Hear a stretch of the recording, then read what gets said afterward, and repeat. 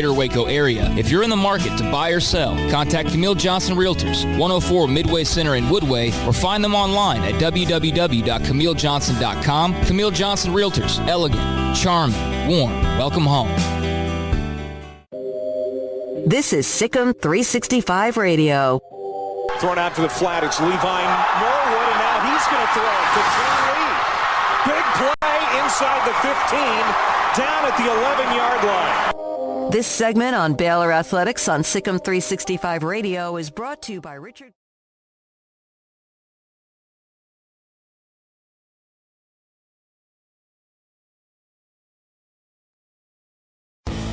Welcome to SicEm365 Radio. 4th down and 6, and Wright fumbles, picked up by Leon Lett. Can he go all the way? It's a 60-yard run. He's being chased by Beebe. Watch out! Did he get across? No, they are not. That's going to be a touchback to Buffalo.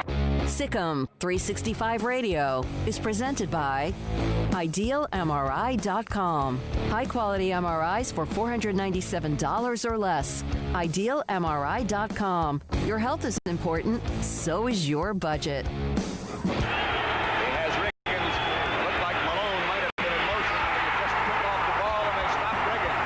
Larry Cole. What a play. What a tackle by number 63. Have you downloaded the SicEm365 Radio app? Do it today on the App Store and Google Play. Ron Brown on the inside, Grady in the middle. Here comes Lewis on the outside. Carl Lewis wins the goal. The 3 o'clock hour is sponsored by Waco Custom Marketplace. Meats, sweets, Texas treats, and a cut above the rest. 425 Lake Air Drive, Waco.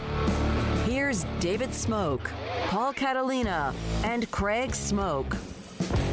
Here we go this Wednesday afternoon on a new month, July 1st. I saw a graphic, an image. It all depends on how you want to look at it. It said 2020 42. No, it said, what was it? 2020 42 humans nothing or whatever it is. Just about. And it's halftime. It's halftime. And so, hey, we got a pretty busy show for you today. Kyron Drones from Shadow Creek, who we had on the day he committed to Baylor, just wrapped up the Elite 11. It's going on, and he apparently had a very good day. That's coming from different writers that cover the Elite 11 with quarterbacks around the country, and a bunch of them, a chunk, are from Texas. We will hear from his father, Kevin, and then also from Kyron today at the bottom of the hour. You heard one of the famous Super Bowl highlights for a team that was beaten. Don Beebe chasing down Leon Lett in a 52-17 rout, a loss in L.A. against the Cowboys.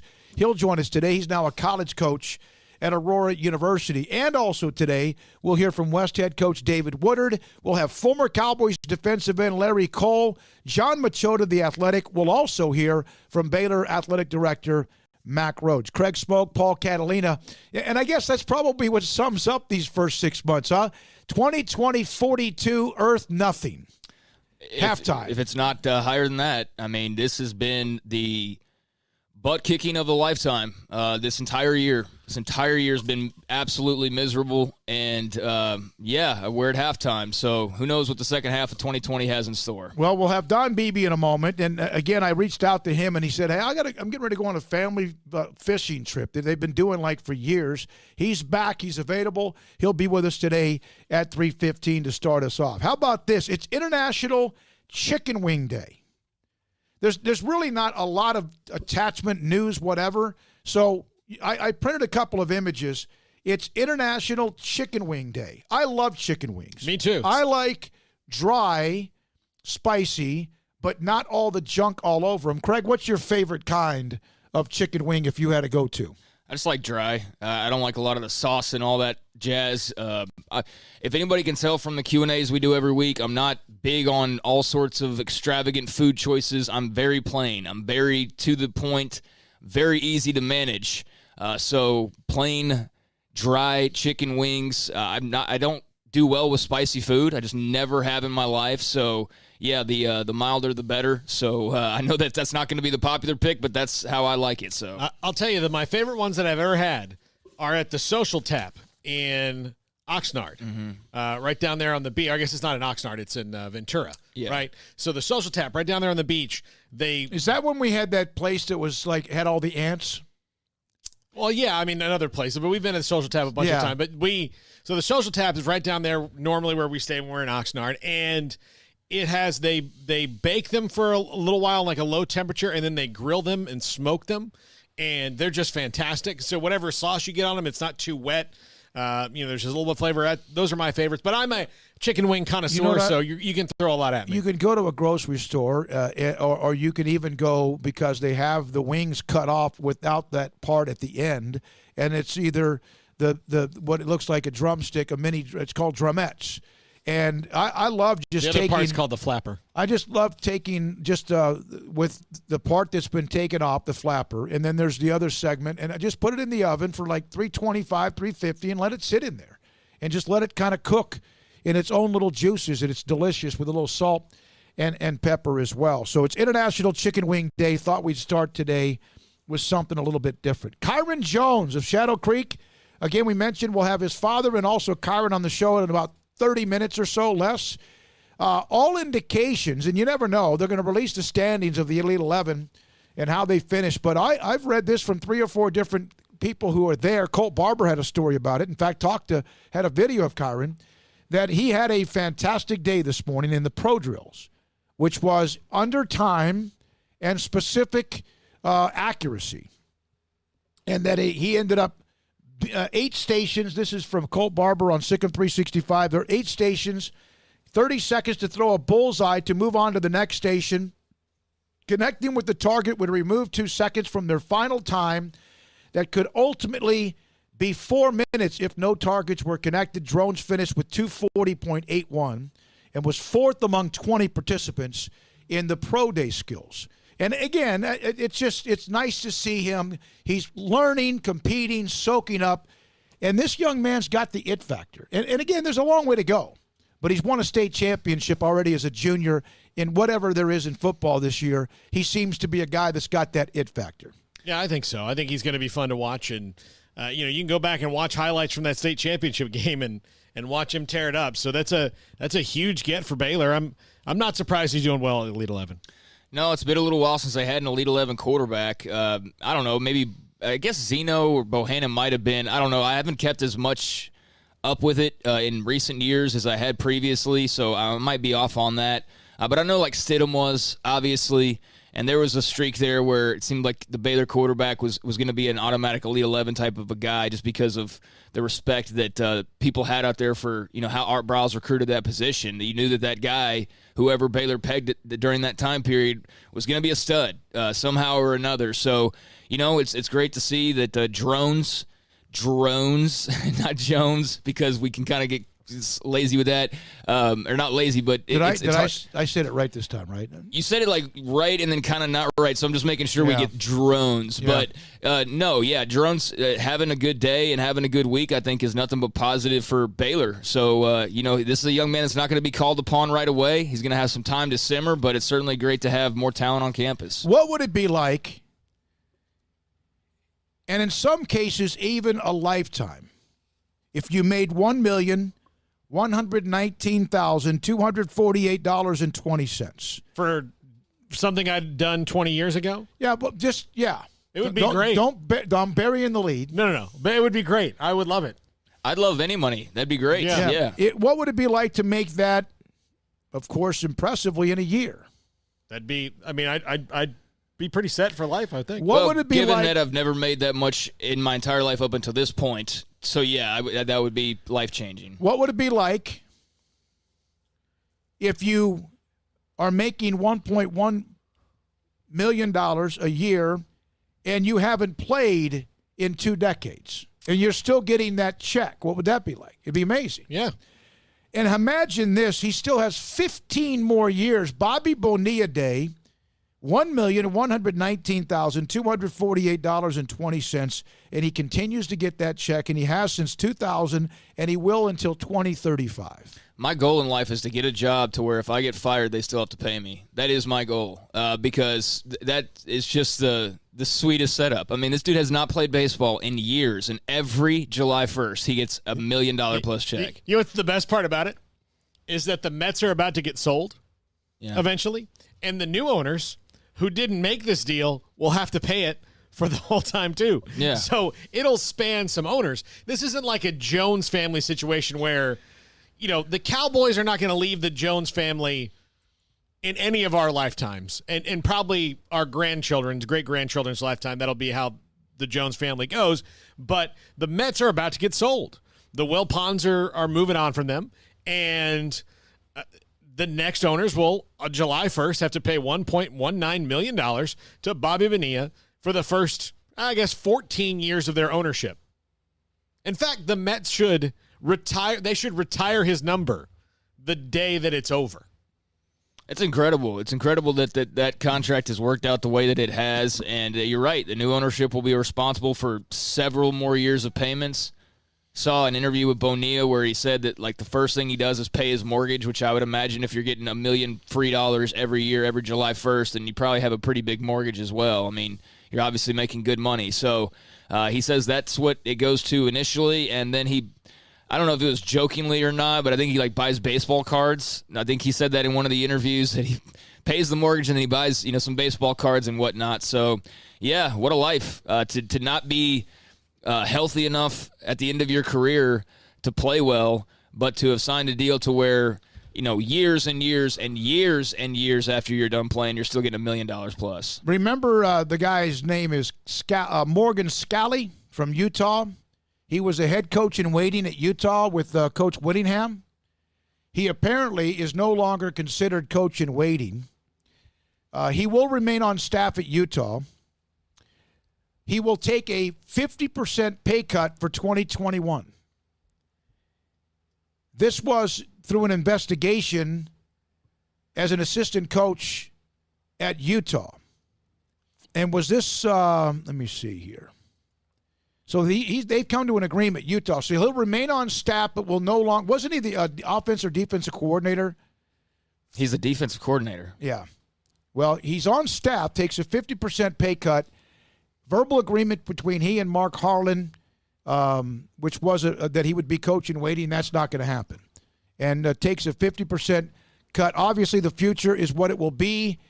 He believes in Scally. That's a testament to the university making public that he is going to be Whittingham's successor. And Coach Whittingham, I'm elated that Coach Scally is back with us. Well, I'm sure you are. He's your best recruiter, and he's your head coach in waiting. So, yeah, I bet you're thrilled that he's still there and there's no ramifications to what he did. He was the one, caught up with some issues, racism, injustice with some players, former players, mentioning him.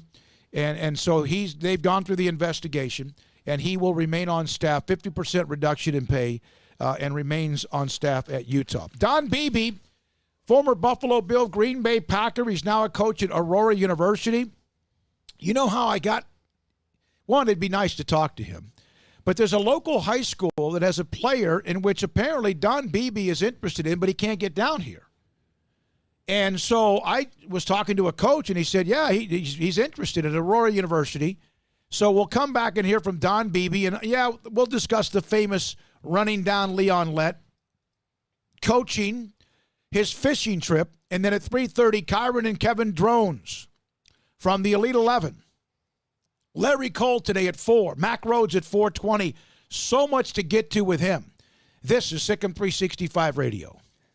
Buick Encores are the perfect crossover SUV with a quiet ride, a roomy interior, and the latest technology and safety features. Right now, you can save $6,000 on a 2020 Buick Encore and get it off the lot at Richard Carr for only $19,900. And Richard Carr's also overloaded with used cars and trucks. Got over 100 in stock. And they got some work to do to move these pre-owned vehicles. Right now, you can check out over 25 used trucks, all in stock at discounted prices. And if you're looking for the ultimate luxury, style, and power in a new SUV, well, check out the line of Cadillacs, the XT4, the XT5, or the roomier 7-passenger Cadillac XT6. Right now, an XT4 can be driven off the lot for only $35,900 at Richard Carr Cadillac. Great prices, free oil changes with a new purchase, and in-town priority warranty service all comes with your purchase at Richard Carr Buick GMC Cadillac. They are the people you can count on. A local family dealer run by Baylor alumni. They want the chance to earn your business. So stop by their daily disinfected showroom, see their safety-focused staff, or they can bring the test drive to your home because your comfort and safety is Richard Carr's first priority. Find them at richardcarr.com or Highway 6 at the Imperial exit. At Ideal MRI, we feel blessed to be a part of the Waco community. We're a small family business right here in Central Texas, and our goal is to bring down the cost of healthcare while maintaining high quality. At times like this, the cost of healthcare has never been more important, and unfortunately, significant illnesses and injuries still occur. That's why Ideal MRI is open and here to serve you through the difficult time. We offer premium MRIs just like a hospital with state-of-the-art technology and specialists, but you'll pay less. Sometimes thousands of dollars less, whether you're using insurance or not. At Ideal MRI, we accept most insurance and there are no hidden costs, even offering financing if that's needed. Everything included in the price, and you'll not get something as a surprise in the mail later on. If you need an MRI, ask your doctor about Ideal MRI. They'll know. You can schedule an appointment safely from home online in minutes at idealmri.com or give us a call, 833-IDEAL-MRI, idealmri.com. How did Edward Jones become one of the biggest financial service companies in the world? By not acting that way. Financial strategies, one-on-one advice, it's a big difference. And that's why Brad Wilson, your Edward Jones financial advisor, makes sense of investing. Experience the difference for yourself. Brad Wilson, 250 Sharon Drive in Woodway, 254-776-4337. Edward Jones, member SIPC. Boozers is the wedding ring store and more. If you're ready to get engaged or already married and want to upgrade your wife's ring for a special anniversary, Boozers is the place to go. With the largest selection of premier quality diamond engagement rings and wedding rings in Central Texas. They have 7 cases with over 300 styles of rings from top designers like Natalie Kay. Choose from yellow, white, or rose gold, plus beautiful top quality loose diamonds. With an in-house jewelry, they can also custom make anything you want. Bring in a picture or drawing and let Boozers create your one-of-a-kind pendant or ring. They can even use some of your old gold and diamond jewelry to create something new. At Boozers, you'll find a great selection of quality timepieces, and Boozers is the place for expert watch maintenance and repairs too. They specialize in expert Rolex watch repair for fine jewelry, watches, custom work, and more. Go to Boozers on Valley Mills and Lake Air Drive in Waco. Boozers, the wedding ring store and more. What are you supposed to do when you pull up behind a truck that doesn't even have a hitch? I mean, it's like looking at plumber's crack. Do you cover your kids' eyes, look away, and switch radio stations? Hi, Jay here from Pickup Outfitters, asking for your help to end this embarrassing form of truck nudity. If you have a truck, at some point you need to pull something. It could be a trailer to haul stuff off to the dump, maybe a jet ski, a boat, an RV, a horse trailer, even just a bike rack. The point is, put a hitch on your truck's backside. And at Pickup Outfitters, we actually install more hitches than anything else. Whether it's a receiver hitch, a gooseneck, or a fifth wheel, we'll cover your aspirations to not drive a nude truck. And all hitches are covered by the Pickup Outfitters Lifetime Installation Guarantee. So cover your rear end with a new hitch from Pickup Outfitters on Lake Air Drive in Waco, where we're fighting to end truck nudity in Central Texas. Check them out on our website at createacommotion.com/hitches. This is SicEm365 Radio. 4th down and 6. And Wright fumbles. Picked up by Leon Lett. Can he go all the way? It's a 60-yard run. He's being chased by Beebe. What's out? Did he get across? No, they are not. That's going to be a touchback to Buffalo. The SicEm365 Radio Live Guest VIP Hotline is sponsored by Stonewood Dental. We are all in this together. Just played that highlight in Super Bowl 27. Don Beebe had many things go well in his career with the Buffalo Bills, also in the NFL with the Panthers and the Packers. Super Bowl champion, 31. And he joins us now on SicEm365 Radio with Paul Catalina, Craig, and David Smoke. And now the football coach at Aurora University in year number 2. Don, thank you very much. We appreciate your time. When did you – I know you coached at high school for quite some time in the same area, I believe, in Illinois. When did the coaching get in your blood? You know, I think when I was playing and being under such great coaches like Levy and Holmgren, I knew then I said, man, this is something I would love to do. And when I first retired, I got into a business called House of Speed that trains athletes, and I've been doing that for 22 years. But after doing that for about 6 years, I just felt like I wanted to be a part of, athletes in the kids' world a little more intimate level, and that's why I decided to get into coaching. When you have a coach like Marv, we'll just start with Marv Levy before we even get at Holmgren. How much do you learn on a day-to-day basis that maybe surpasses your normal run-of-the-mill coach? Oh, man, those guys. First of all, let's just talk about Marv first. Coach Levy was one of the greatest men, not just coach, men I've ever been around.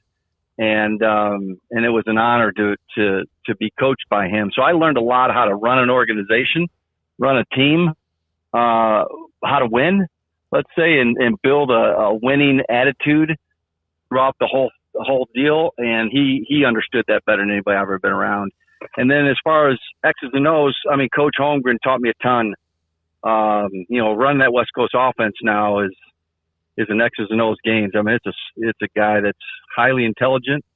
And so I was fortunate to be around those two guys because I think they taught me what I think great coaches of today have to be able to excel in both. Great X's and O's guys, but also great communicators and great people. Don, you are obviously a guy known for your speed, and you talked about being a speed coach. What is the key, other than just natural God-given ability? What are the keys to being as fast as possible? Yeah, that's a great question. The first thing that we want to teach an athlete is we just look at their form, technique-wise. You'd be surprised how many athletes, they land on their heels when they play athletics, or they do something technically that's just not sound. And just through videotaping and showing an athlete how they run and then comparing them to, say, Marion Jones or Usain Bolt, the greatest woman and, man ever, and just comparing them and showing them what they could look like, not genetically, but just, technique-wise. The key to an athlete is the athlete that spends more time in the ground is going to be slower. So we need to teach an athlete how to spend less time on the ground. I don't care if you're running, jumping, or cutting. And then when the athlete can see these things on video, it really helps them break that down of developing their overall. And I don't care because when we first started this 20 years ago, people would look at me like I was crazy. Oh, you can't teach speed. And some people still believe that. If they said you can't teach world-class speed, I would agree with that. Not everybody's going to run a 4.2, 4.2, or 4.3 or 4.40. But to take a guy from a 5 flat to a 4.8, or a girl in the 100 meters from a 12.6 to maybe 12.2, that's not that hard to do, guys. I'll be honest with you. Yeah, and now there's this infatuation, of course, with speed. But Don, you could catch it. You also were fast. There are some that have run 4.2, 5s, and 4th, whatever, but they're not receivers. How do you try to split the difference there and make sure you're not just recruiting speed, but somebody that can use the speed and do something with it? Yeah, again, another very good question. When I recruit an athlete at the college level now, and then certainly seeing scouts at the NFL level, and they say this all the time: don't fall in love with a guy in shorts, because he might not be able to come across the middle and get smacked by Mike Singletary and still be able to catch a football. It's a different world in there, So you have to find a guy that can carry. Not only that, let's just talk about speed. Can this guy with 4.2, 4.3, 4.4 speed be able to carry his pads? And what does that mean? That means when he's running routes and he's running full speed, can he carry his pads, or do the pads carry him in a sense? And the one of the things that I look for as far as a wideout, when they're running at top speed, I look at their head. Is their head bobbing up and down? A guy that head bob up and down, he's going to have a hard time concentrating on the football. And so he doesn't run in his pads very well. That's just one of the things. There's many things I could list, guys, but you're right. Not only that, on top of that, it's the biggest part of the whole thing is the mental part. I want to interview a guy. I want to talk to his coach. I want to talk to people that know this kid. What kind of character guy is he? And not only is he, a fast guy, but can he play? Is he a football guy? And every guy that's ever coached would say to you, man, I'm looking for a football guy. I'd rather have a 4.6, 4.7 guy than a 4.2, 4.3 guy. and the 4-6 guy's a football guy, I'll take the 4-6 guy all day. Was the roster of the Bills teams you played on the maybe the deepest in the 90s outside of say the Cowboys, because you guys had 4 Hall of Famers on the offense alone? Yeah, no, and I played for the world champion Packers, as you know, and the Bills were a more talented team. They just were. Here's the difference. Okay. And this was even the difference between the Cowboys that beat us twice and the Bills. During the season, we handled the emotion of the games just fine. During the playoffs, we handled it. I mean, good night. We were down 35-3 in the Houston game, and we handled that just fine. When we got to the Super Bowl for some crazy reason, and let's just take out the first one when we lost just barely. When it got to Super Bowl II, we had the second one. We had 3 crucial turnovers against the Skins. Then we go to Super Bowl 27, and when we had 9 turnovers, and then we get to Super Bowl 28. And we have 3 more crucial ones in that game against Cowboys. You can't turn the ball over, and that is an emotional thing. Let me give you an example. In our 4th Super Bowl against Dallas, okay, we're winning the first half. We're winning the line of scrimmage. We're up at halftime, I think, by 3. We get in the locker room. We feel good. Okay, guys, we're going to finally do this. We get the ball first coming out, okay, and emotions were great. All of a sudden, we get the first drive. Thurman fumbles it.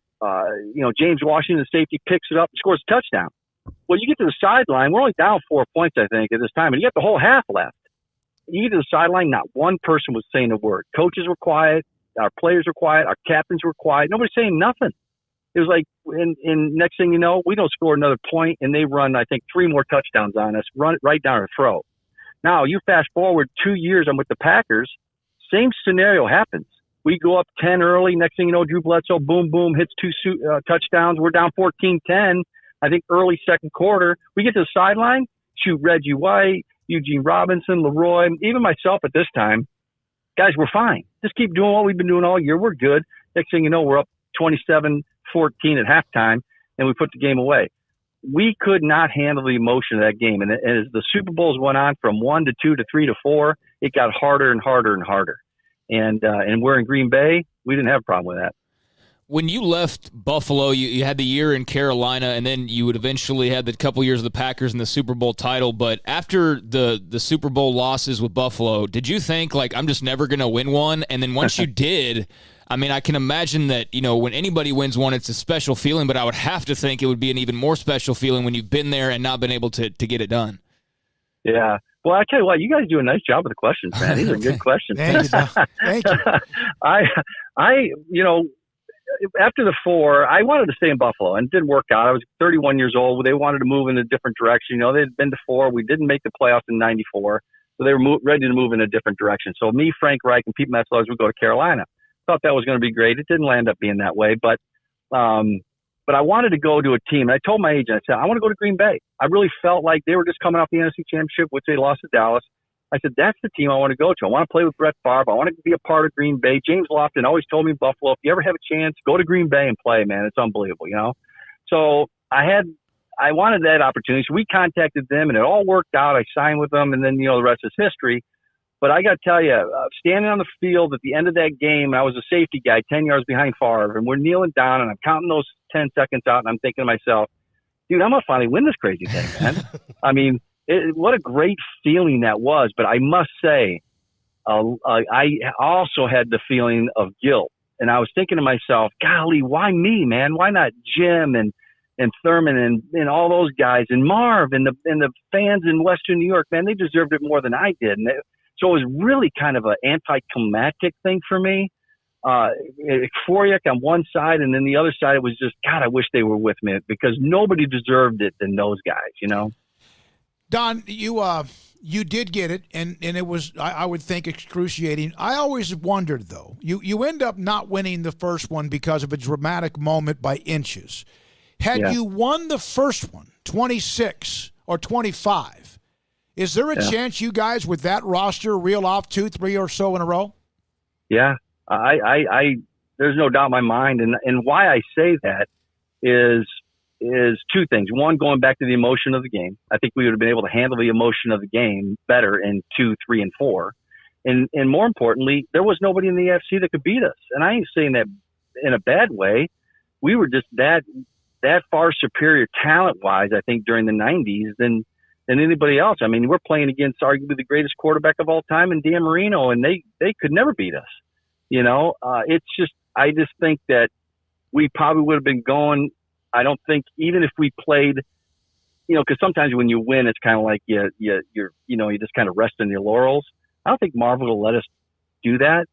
Because that's just his mentality. And I think we'd have kept that edge to us that we could have probably ran off maybe 2 or 4, 3 or 4. Yeah. Don, you mentioned Jim Kelly and Brett Favre, 2 Hall of Fame quarterbacks, but very, very different. When I think of Jim Kelly, I think about, even in the hurry-up offense, I think about a guy with precision, that was kind of exacting. And when I think of Brett Favre, I think of a ridiculous improv comic with a rifle arm who just kind of made crazy things happen. What was the adjustment like to that kind of style of quarterback when you played with Jim for so long? Man, I tell you, I caught so many balls from Brett that were just ad-libbed in a sense that, I'm out there running. Next thing you know, typically you get that, 3 to 4 second, window. You had like 8 to 10 with Brett, just get open. They were so much alike. It was scary. I mean, they were middle linebackers playing quarterback mentality, and you get in the huddle. They never yelled at you. They never belittled you. They were just always having fun. They just loved the game. I mean, it's like you're 12 years old in the backyard. That's the way they played. They didn't care about anything but just competing and playing. That was the greatest part about it. The only thing that I would separate in a sense was, Brett did make plays outside the pocket where Jim was strictly a pocket passer. But both had big arms. Both had just this big bravado about them. But boy, both Hall of Famers and a lot of fun to play with. 9-2 last year in your first year, 7-0 in conference play.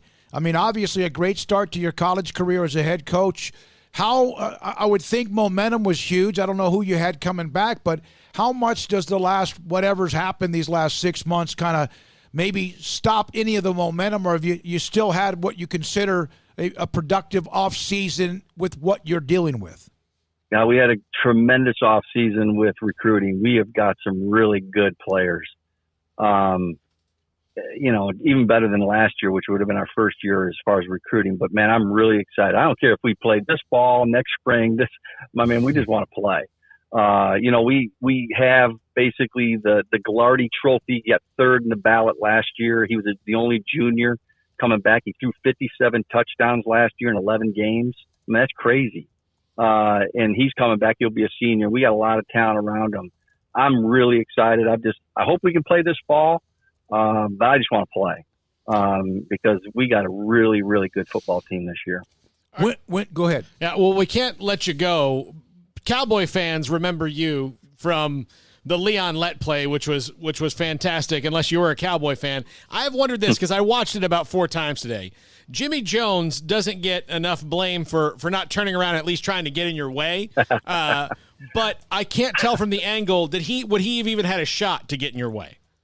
Jimmy couldn't have ran 3 steps. There's no way he could have taught me. No, but that is funny because I ran right in front of their bench. I think it was so – when watching that film, you watch it 4 times a day. What's the most shocking thing? I think it was Jeff Coat was running behind Leon. Maybe it was Jimmy Jones. It was running behind Leon, and I'm coming up to the right of him. All he had to do was just see me. Yeah, that's what I'm talking about. I know. It's crazy.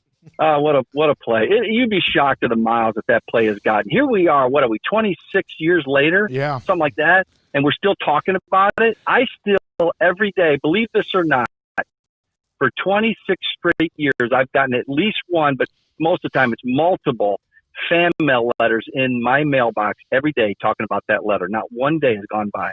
Wow. But isn't that crazy? That has to be, one, you had a really nice career, but you were, 5 Super Bowls. Carolina in 95, that was about to be a team with Coughlin with what they did, I think, the next year. But it's because it was never give up, right? Even when you guys are getting pounded, that was the epitome of competition. Yeah, in that play, going into Marv, it's kind of the staple of our whole attitude.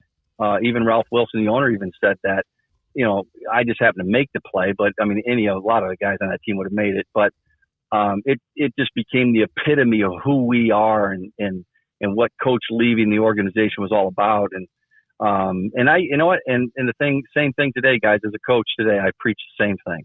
It's not that I'm using the Leon Lett play, but they already know that. I don't even have to tell them.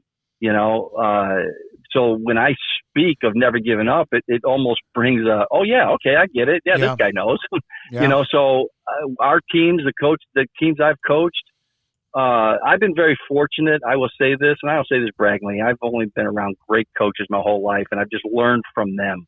The last time I was actually on a team as a player or as a head coach that was under 500 was my junior in high school. That was like 30 some years ago, 36 years ago, whatever. Yeah, crazy. So I've just learned from the best, and I took a lot of notes, and I think that's the best thing people can do is listen to other people because they're a lot smarter than you are. Don, it's great. Now, I know you got to go, and we do too, but you were on a fishing trip. How many years have you and your family had this fishing trip? This was 50. And, sadly to say, my mom and dad didn't go because they tested positive about 4 weeks ago, and my dad almost died about 10 days ago. But my dad is coming home Saturday, so that's good news that he survived. But they did not get to go, and it started out with the original 5 kids and mom and dad. Now the party is up to 56 family members of the BB that go, and nobody's ever missed except this year, mom and dad. That's awesome. Thanks for giving us an update on that. Glad your father glad they're doing okay. is doing a lot better. Yeah. Thank you, Thanks, Don. guys. Good luck. All right, guys. You got anytime. Bye-bye. Don Beebe, the Bills was where he really got most of his career. Then the Carolina Panthers won a Super Bowl with the Packers. All right, coming up next, Kevin, go ahead. You've asked the question before, do you know anybody who's had coronavirus? Yeah, now we do. Now we do. Now we do. We hope that's the only one. But Kevin Drones, the father of Kyron, who is the Shadow Creek quarterback, they just wrapped up the pro drills today at the Elite 11. Both of them are next on SicEm365 Radio. Summertime means vacation time. And while this summer may be different, at Allen Samuels, you can always count on our huge summer clearance event.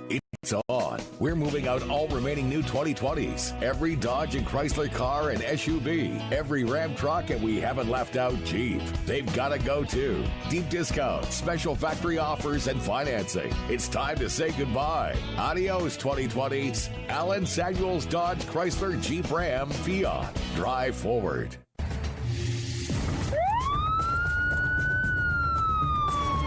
If you or a loved one or friend has been arrested and you can't afford bail, trust Terry and Chase Chapman at Chapman's Bail Bonds, covering Waco and McLennan County for over 25 years. Chapman's can bail you out anywhere with experienced, knowledgeable local agents who are committed to serving you professionally, respectfully, and with the highest integrity. Chapman's understands your privacy is important. Your freedom can be secured fast when you use Chapman's Bail Bonds. Open 24 hours a day. Payment arrangements available. Call Chapman's Bail Bonds. When you need help, 254-754-1603. When you ring, we'll spring. Let Camille Johnson Realtors guide you seamlessly through the process of buying your dream home or selling your current one. Commercial, farm and ranch, or residential, Camille Johnson Realtors can smoothly and successfully lead you through any transaction with a team of 24 experienced agents who are excited about serving you. Camille Johnson Realtors services the entire greater Waco area. If you're in the market to buy or sell, contact Camille Johnson Realtors, 104 Midway Center in Woodway, or find them online at www.camillejohnson.com. Camille Johnson Realtors, elegant, charming, warm. Welcome home. How often have you said it's time to get in shape? Every day, every week, every month, maybe for as long as you can remember? How about starting today? I promise if you'll just join Waco Regional Tennis and Fitness now, you'll thank me later. Hi, this is David Smoke, offering a variety of 40 group exercise classes every single week, including boot camp on Tuesdays and Thursdays at 5:15, plus spin, body shaping, Pilates, yoga, and bar. And there's a free kids club as well. Waco Regional Tennis and Fitness open Monday through Thursday, 5 to 10, Friday, 5 to 8, Saturday and Sunday, 7 to 7, and personal trainers, Christy London and Randall Corley. World-class tennis facility with pros Britt Coleman and Joe Rosa with lessons, camps, and special events. Spacious and clean workout rooms, locker room for men and women, both with a whirlpool and sauna, and now there's touchless bottle filling stations. No intimidation, tremendous camaraderie, an entirely new atmosphere, and yes, you can do this, but you have to walk through the front door. It's time to react today, not tomorrow. Waco Regional Tennis and Fitness on Lakeshore Drive in Waco. This is SicEm365 Radio. This segment on Baylor Athletics on SicEm365 Radio is brought to you by Richard Carr Buick GMC Cadillac, located at the Imperial Drive exit off Loop 340 in Waco. Proud supporters of all Baylor Athletics. I remember earlier this year when Kyron Drones committed to Baylor, having a chance to visit with his father, who's a coach on Shadow Creek's football team that won the state championship. We're about to do both back-to-back in the same segment. The Elite 11 quarterback competition has wrapped up, and Kyron had himself a day, according to all the reports. Kevin, hey, thanks, Coach. What's this been like watching him in the competition the last couple of days, soaking in everything as a father and also as a coach? It's been fun. Just proud of him that he, got this opportunity, made the most of it. Kind of got to salvage some of the things he missed out on. He didn't get to go, take trips and things like that, and still has yet to get to Baylor. But he got the chance to see how he stacked up against the best in the country, and learn some things and get some toolage from some great coaches, and have some lasting relationships. Coach, have you noticed the players, particularly that says they haven't gotten to do anything? Is this maybe even more competitive than it would have been because these kids have been itching to get out and do something? I think they were excited to get out there. One of the biggest things was for a lot of them, this is the first time they've been able to compete in a while. With the camp series being canceled, the 7-on-7s being canceled, things like that. So I think it was good for the kids to get out, and you kind of saw the nervousness or the kind of anxiousness in the beginning that first day, and they kind of settled in. The next night, it's been great competition. Coach, I know that there was some interruptions due to weather and things like that, but for the average fan out there that doesn't know a lot about Elite 11 outside of the fact that it's a quarterback competition with top prospects, can you kind of break down just what's sort of gone on the last few days as far as what these guys are doing? Well, it's a lot of they do a lot of off the field stuff as far as talking about different leadership, getting in some topics that we're dealing with in the world right now, just showing, teaching them about the craft of being a quarterback, what it means. The college counselors come in, which was this year was Justin Fields from Ohio State, and Jamie German is at Georgia, and the quarterback in North Dakota State, and Costello from Mississippi State. So they were there, and they're in a group with the kids. They kind of break them up in the pods of 5. So going through the drills, and I mean, just this year was good because they kind of were able. Nobody else was around. The hotel was relatively empty, other than the people for Elite 11. Only your families could go and watch, and media. We got fortunate with the weather because even though it got backed up, the weather held so we could have the competitions today. We were able to find an indoor, just like last night. We didn't need it last night, but today they did everything indoors at an indoor facility at a high school. So it was good for the parents too. We got a chance to meet the other dads and mothers, the sisters and families that were there, and got a chance to talk, and people that we just kind of read about their children, but we got a chance to actually meet and talk. One more question for you, Kevin, and then if you don't mind, if we could talk to Kyron, wasn't it nice, like you just to get out and do something? It was. It was just fun to see them on the field and actually just having fun, and we kind of took it as a mini vacation to get away, even though we just kind of just been sitting in a hotel room, except to order out or to go to the facility or wherever they're working out. But it's fun to get out. Just staying masked up and trying to see how everything's going to go, and if we're going to have a season. That's been the topic up here because Tennessee just backed their season up high school wise. Mm-hmm. Yeah. No question about it. Hey, Kevin, thank you as always.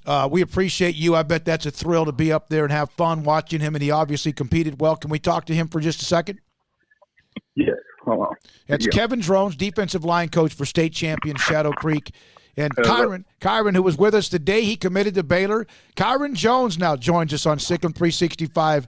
Kyron Drones now joins us on SicEm365 Radio. Hey, it's been a little bit since we had you on the day you committed to Baylor. Can you try to tell us what this experience was like? And apparently you obviously performed very well. Yes, sir. The experience, it was a really good thing, really good experience that I needed. Just being able to be with the best coaches in the country and then also the best quarterbacks in the country, just hanging with them, building relationships with them, and learning from the coaches was all good.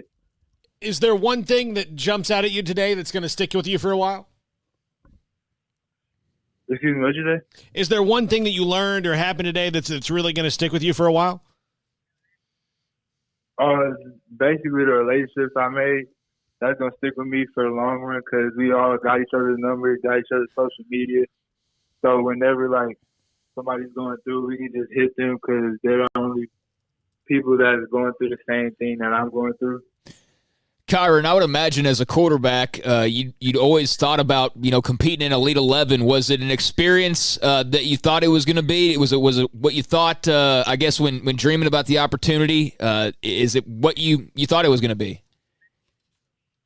Yes, sir. I've been wanting to be in Elite 11 ever since I started watching the show, and it was everything I thought it was going to be. We can't do a lot like the show was because of COVID, but they did a really good job really trying to make the camp as best as it could be. What was it like just to get back out, smell fresh? Not that you haven't been outside, but to get out and smell fresh air and be in competition. It felt really good just trying to compete with the best dudes and trying to see where I'm at and trying to see where I'm ranked among the best. So it was really good because we don't know if we're going to have a season, so that probably is going to be the last time I compete as a senior. You did very well throughout this entire ordeal, this event, the Elite 11, and obviously were strong at the end of the second day. And then I saw where you did extremely well this morning during the pro drills. It seemed like you, in fact, were like third at the end of all of this. It depends on who ranked you. Did that matter to you where you were ranked, or you just wanted to kind of do what you do? I was just really doing what I do. If I get ranked, I get ranked. I wasn't really worried about it. I know how good I am. I know what I'm capable of, so I'm just trying to let everybody see that. Kyron, how did you feel you stacked up? I mean, you mentioned being able to kind of compare yourself during these last few days with other top quarterbacks. How do you feel you stack up with those guys? I feel like I stacked up really well. I just had a great 3 days of competition. So going against these quarterbacks, I feel like I was up there with them. Yeah, it feels good to represent. And you know that Baylor Nation was probably a lot of people following. They've had Gary Bohannon. They've had Jacob Zeno. They've been a part of Elite 11. To represent Baylor, is that something you feel like you're representing your family, Shadow Creek, and Baylor right now? Yes, sir. I was putting Baylor on the map right now because everybody was asking me where I'm committed to, and I would say Baylor. They was like, why and stuff. So I was just putting my family out there, putting Shadow Creek out there in Houston, and the Baylor fans. Mm-hmm. Get some rest. Enjoy. Thank you for being a part of the show. Tell your father, Kevin, thank him as well. You guys have a great trip back. Be careful, okay? Yes, sir. Thanks. Kyron Jones of Shadow Creek High School, Baylor committed quarterback, and also his father, Kevin, defensive line coach at Shadow Creek. And thanks to the 903, Craig, I think you may have added this in, but Bohannon was Elite 11, as was Jacob Zeno and Jarrett Stidham, obviously, prior to that. Yeah. I couldn't remember exactly, but I thought that Bohannon and Zeno – I mean, I knew Zeno was, but I wasn't sure about Bohannon. So, it turned out that he was, in fact. So, yeah, that's 4 quarterbacks in the last handful of years that have all been part of that event. And obviously this was a bit of a different version of the Elite 11 event, but sounds like he did well. All right, in a moment, we'll hear from Jason King, SicEm365.com. He'll join us here in this same segment. But right now, let me tell you about Waco Regional Tennis and Fitness. One, they have installed those touchless water systems. They refill your water bottle touchless. The way things are, that's what you want. Also, starting Monday, there's a Kid Fit program, July 6th through the 17th. So let's say during this time and your children have not been able to do much, go to the gym, have a chance to work out or get some fresh air, and everything, of course, is disinfected. Everything is very clean, and there is hand sanitizer everywhere.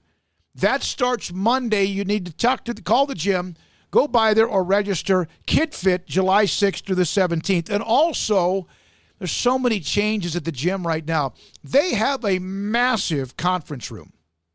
This is where I've worked out forever, but there's so much more that's never really been seen. They have a massive conference room that they're now going to make available for birthday parties or rehearsal dinners, weddings, business meetings, reunions, baby showers. $45 an hour for members, $60 an hour for non-members. Food area, that's also involved. And you can also, through that conference room, overlook those gorgeous tennis courts with pros Britt Coleman and also Joe as well, Joe Rosa. It's Waco Regional Tennis and Fitness.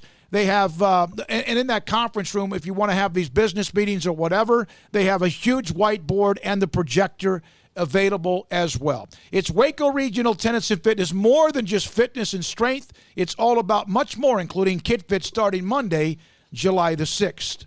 We're now joined by Jason King, SicEm365.com. Jason, we just had Kyron Drones on the show. And, you know, they've had some great quarterbacks, obviously, at Baylor, but they've been on a run, sneakily been on this run with Bohannon, Zeno, and it sounds like that Kyron Drones did pretty well today.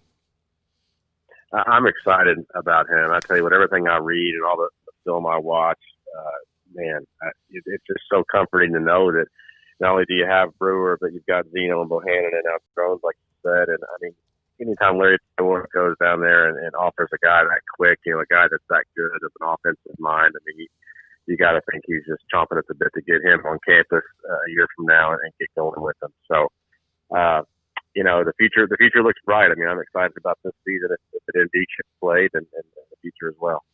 Jason, what have you thought about the recruiting so far? And obviously there would be some momentum off of Matt Rule, but do you think that because Dave Aranda was already kind of in this world that they've gotten even much more of a boost that he could grab some guys that they probably would have been still another year or two away from really talking to? Absolutely. I mean, I think that it helps so much that his name was out there so prominently, during the bowl season and the national championship game. Everyone knew who Dave Aranda is, already. I mean, a lot of times the school hires an assistant. He's kind of an unknown, hoping to prove himself. But I mean, the publicity surrounding Aranda was so big, and that's no doubt helping in recruiting. And I also think he hired a staff, especially when you look at a Fedora or a Joe Wickline or Juice Johnson, and not to mention the guys he retained who were already so well ingrained on the recruiting trail. I mean, they just hit the ground running and have done a great job. I mean, you talk about the kids they pulled out of Louisiana, then you get into Byron Murphy a few days ago. Who's a big-time guy, maybe the most important recruit they've got so far in the 2021 class, plus the kid from Lancaster they got late.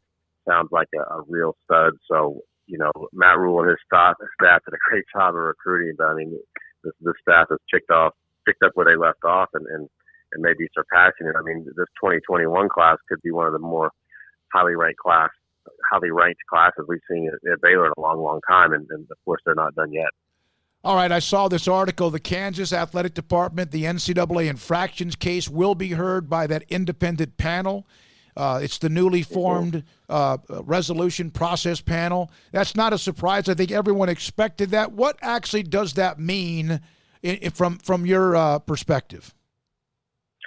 Well, I think that's probably what Kansas would prefer. I do think Kansas and some of the other schools right now that are involved in this kind of feel like the NCAA might have an inform a little bit with some of the level one infractions they've come down on Kansas with.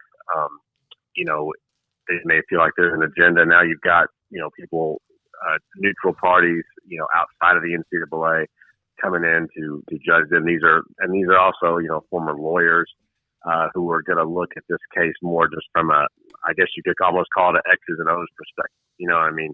In other words, you could look at some of these accusations and say, it sure looks like Kansas did something wrong here. But I think these people are going to be operating more with can we prove it? I mean, they were in federal court and didn't get, accused or found guilty of anything. And so how are we going to do it? I think that's what Kansas is hoping. And another difference, though, too, and this may not be as good for Kansas, is once they issue their ruling after hearing the case, Kansas can't appeal. I mean, so whatever they say is final. So that'll be really interesting as well. But I do think that Kansas felt like if the NCAA Committee on Infractions were to hear this case, that they would have absolutely no chance of getting off light. And I still am not sure that they do have much of one. I think we're going to see some pretty harsh penalties here, but it's going to be interesting because, now Bill Self is talking about, launching a big lawsuit against the NCAA for things they said about him in this situation. So there's going to be a lot of headlines surrounding this situation here over the next year. I don't think it's a deal where we'll see a resolution to it all before the basketball season starts, or maybe even by the end of the basketball season. But when it does come down, I think it's going to be pretty tough. Jason, on our pop quiz this week, you said the position battle you were most intrigued by is middle linebacker Matt Jones, and of course the possibility of Dylan Doyle should he get that waiver. What do you think about the middle linebacker position that draws so much intrigue to you? Well, I'm just excited about it because, I think so much of the outside world of the people that aren't following it closely are just looking at Baylor's defense, and they're looking at all the starters they lost, and they think it's going to be a significant step back. And while it may be a bit of a step back, I just think overall the depth, and it may not be proven depth, but I do think they just have a lot of good players here at all these positions, and that's one where you've got an up and comer like Matt Jones, who everyone talked about, last year for his performance on the scout team, and he was the player I think that was exciting everyone, or one of the players that was exciting everyone the most. And so you felt good about that position. But now you bring in a kid like Dylan Doyle, all of a sudden you've got two studs there, so there's not going to be much of a drop off there at all, I wouldn't think. And, whoever starts, whoever is the backup, but I don't even know if it really matters because I think both of them are going to see the field a lot. And now all of a sudden that linebacking core looks a lot better. Yeah, it really does. Craig, anything else? The Tony Dungy, Craig saw where Brian Nance said thanks to Coach Dungy for dropping by, and he then responded to Brian Nance. This is obviously, there are guest speakers at every school. I would think right now that Tony Dungy might be one. Herm Edwards, Lovie Smith, a lot of people. But what a great opportunity for Baylor football to hear from someone like him. Absolutely. In today's times, a voice like that to come in and talk to your staff, wow. What an opportunity. It just speaks highly to me of the coaches on Baylor's staff that Tony Dungy obviously has relationships with someone that he would give of his time to come in and talk to these people. And like you said, I know earlier they had Wade Phillips. This staff is just well connected and obviously well respected, and that just makes you feel good about the future for so many different reasons. And I'd love to know more, details about what that call entailed and what all was said. And I'm sure eventually we'll talk to some of the people that were on it and hear more about it. But yeah, great opportunity for those guys. Thank you, Jason. Appreciate it as always. Jason King with us, SicEm365.com. Great basketball writer, but also very much entrenched in what's going on with Baylor athletics, Baylor football, and also much, much more. Coming up next, out of every play I can remember as a lifelong Washington Redskins fan since the mid-'60s, there are maybe 5 that you remember no matter what, even though they went on to win Super Bowls and play in 5 or so of them. Larry Cole made a play that even to this day haunts me. Former Cowboys defensive end Larry Cole, an unsung hero at times in a defense built with all pros. He's next on SicEm365 Radio. Riverbend Liquor and Wine has their easy-to-access drive-thru open and convenient and clean in-store location on the corner of Lakeshore Drive and North 19th Street in Waco. Riverbend Liquor has the best and most extensive variety of craft beer selections in Waco and Balcones whiskey, including single malt, pot still, baby blue, French oak, rye, and brimstone. Riverbend Liquor and Wine, family-owned and operated, and a hidden gem in Waco on Lakeshore Drive and 19th Street. And find out more on Facebook and Instagram. Time to fire up the grill, heat up the oven, or get that deep fryer going to enjoy the top quality products at Waco Custom Marketplace. And order 30-pound bags of live crawfish by noon on Thursday and pick up on Friday to enjoy the weekend. Live crawfish available right now. And Waco Custom Marketplace doors are open for business Monday through Friday from 9 to 6, Saturday 10 to 5. And crawfish boil boxes available as well. Make your order for live crawfish by noon on Thursday. Pick up on Friday for the weekend. Waco Custom Marketplace, your home for fresh kolaches, cinnamon rolls, and baked bread daily. Butcher shop to cut your steaks the way you want. Fresh seafood, summer sausage, boudin, and house-cured and smoked bacon. Spices, seasonings, soup mixes, charcoal, and lighter fluid. Waco Custom Marketplace, doors open Monday through Friday, 9 to 6, Saturday 10 to 5, 425 Lake Air Drive or WacoCustomMarketplace.com.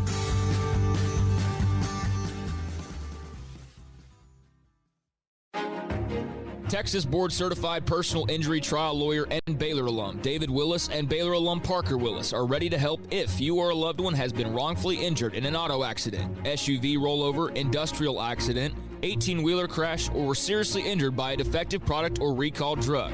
Call them for a confidential and free case consultation at 1-800-GOT-HURT or visit them at texastriallawyer.com, principal office in Houston, Texas. Hey, this is Bryce Petty, former starting quarterback and two-time Big 12 champion, and I know firsthand the importance of being in top shape both on and off the field. So listen up, men. If you're feeling beat down day in and day out and looking for that high-performance edge that separates the men from the boys, then look no further than the Petty Clinic Low T in Waco. Petty Clinic is a comprehensive men's healthcare clinic with an atmosphere catering to men. Board-certified Dr. Kent Petty has a special interest in offering the highest quality medical care to men of all ages. Some of the services offered include screening and treatment for low testosterone or thyroid, infertility, high blood pressure, diabetes, high cholesterol, sleep apnea, while offering comprehensive wellness exams and complete men's health lab panels. High performance men, remember, it's not just a Petty thing. This is Bryce Petty, encouraging you to reach out and Google search Petty Clinic Low T or go to pettycliniclowt.com and get your complimentary lab screening today. Ideal MRI is a small family business right here in Central Texas. We're open to support you while lowering the cost of healthcare bills. When you need an MRI, ask your doctor for an Ideal MRI. Visit us at idealmri.com or call us at 833-IDEAL-MRI. This is SicEm365 Radio.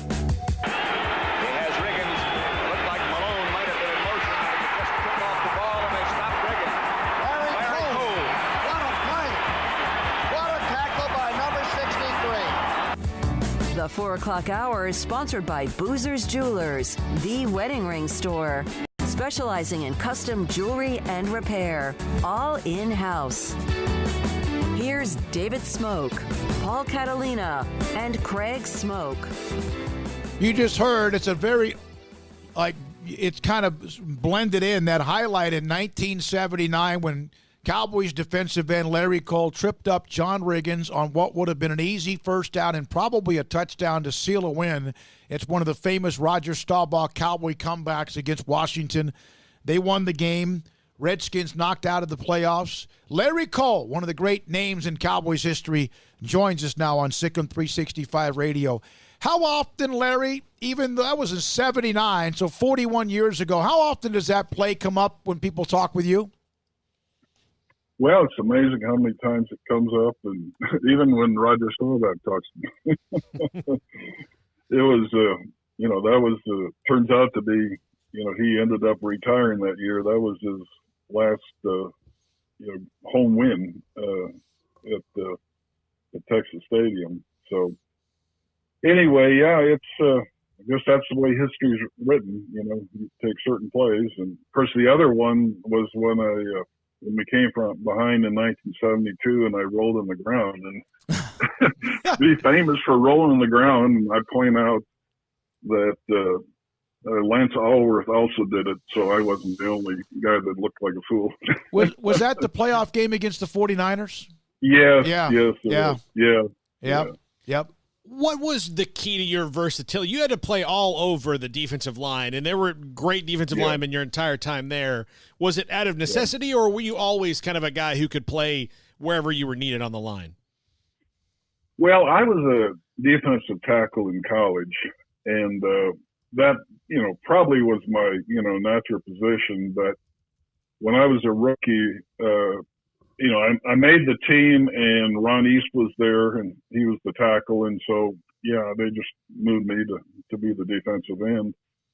And Willie Tons got hurt after the fourth game of the season. So as a rookie, I needed to step in and play left end. And, I, got through that year and then came back next year and assumed I would, that would be, back on the bench. But then Willie had a really tough injury on his, he got a lot of calcium on his thigh, and he never really came back after that. So anyway, I ended up playing that for 7 years. And and after, so in 1973, Harvey Martin was drafted, and he was back up for a couple of years, and then 74, Toothall Jones came in, and he sat on the bench for 1 year, and then in 1975 they decided to get him and Harvey in the starting lineup, and Pat Toomey left, and Bob Lilly retired, and so I moved to right tackle. And where Bob Lilly was, and that probably was the least natural position for me there. And but I ended up sharing time with Bill Gregory. We kind of played every series, and I hate that kind of arrangement. To me, it's you play and you get warmed up to the game, and it was just one of those indecisiveness of the coaches trying to make a decision. But later on, Jethro Pugh. And after that year, 1977, Randy White, he'd spent 2 years at linebacker and wasn't really making it. And so he did an adequate job replacing us at right tackle. He made, he was co-MVP of the Super Bowl, made All-Pro. And just before all this happened, he said, my nickname was Bubber. Said, Bubber, they're going to cut me. I said, yeah, right. They're going to cut you and keep me. I don't think so. We had we had Randy on the show about the first week, maybe in April, when we launched this newest version of the show. We had Dee Lewis on the show Friday, Cliff Harris, Charlie Waters. It's been a great trip down memory lane. But you and Dee Lewis, among others, it seemed like you were a part. I forgot there was a nickname that you guys had for yourselves about not looking or seeking out attention. What was that about? Well, it was the Zero Club, and Dee wasn't in the Zero Club. It was Blaine Nye, Pat Toomey, and myself, and anyway, it was just kind of when we went to the Super Bowl. All the interviews were, they're going talking this guy, and we're looking at each other, and we're about one of 4 or 5 players just sitting on the bench waiting for somebody in press to talk to us, and nobody is interested. So Pat and Blaine, all three of us, we kind of shared a wry sense of humor, on this whole thing, and just kind of had fun with the idea.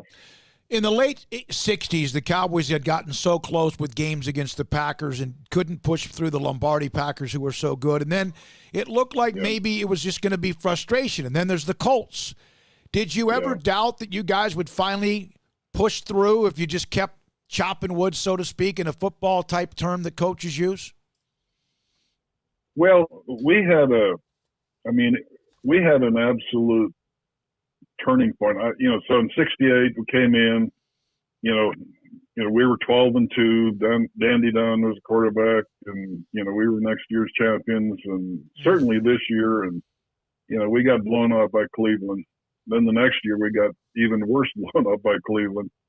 And then in 1970, after we lost to St. Louis 38-0, it was just kind of like, okay, is this real or not? And we really came together as a team. The coaches, got a little bit less preaching at us and, kind of, let us have a little bit of freedom, and that flex defense, very few people, have used that defense, and that is another key to my longevity, is because it is not that easy to play, to learn the steps and the techniques and how to play it. And, Bob Lilly and George Andrew and Jethro Pugh were absolutely excellent at it. And so, I came in, and so I was playing around good players, and he could make a, good thing going. But, when we turned that around, we had such a resolve to say, all right, we're going to win this thing. And, nobody picked us to do anything. And then when we beat San Francisco in the NFC Championship game and got there, we had control of the game, and we got breaks that just didn't go our way. And, Unitas didn't do a thing. And, then Earl Morrow comes in and did that. And of course that was so frustrating. But after the game, we were just so down. Lilly threw his helmet. I shrugged, put my head down and shrugged, and just absolutely frustrated. And, you see that scene us walking on the field. But after about an hour of the party afterwards, we just looked at it and realized, like, damn, we get it. We're here. We can do this. And the following year, there was no, we got a little slow start, but we won 10 in a row, and we know that was the year. There's no way anybody's going to beat us, and we beat Miami 24-3. What was it about Tom Landry's mind that nobody could kind of crack the code of, like you mentioned, nobody could really call the flex defense like he could? What was it about him that enabled him to see that like no one else could? Well, he coached with Vince Lombardi of the New York Giants. If anybody recalls or knows that, that's it's football history. And so it was to stop the green base power play. It was the sweep, and then the power to the outside, and it was designed to stop that, and it did stop that. And so all my career, for the most part, we could stop it, but then we had some smart coaches like Don Coryell, and he did kind of an influence block where you're not sure you're keen, and they were able to get some big plays there. And Fran Tarkington was good at figuring out how to do all these dunk passes, little 5 foot out, and then another 3 foot out, and then the first down, and it was, and that really, and the rules changed the game. It made it so that by the end of the 80s, that flex defense was obsolete. The Cowboys now, it's been since 1995 when they had won 2 out of 3. They had a couple of teams that have flirted, teased Cowboys fans, and I'm sure alums like you, but it's been 25 years now since they were even an NFC Championship game, something you guys never took for granted, but obviously you seem like you were always going to be in that mix, plus the 5 Super Bowls. What, in your opinion, when you watch them, what's missing? Well, I'm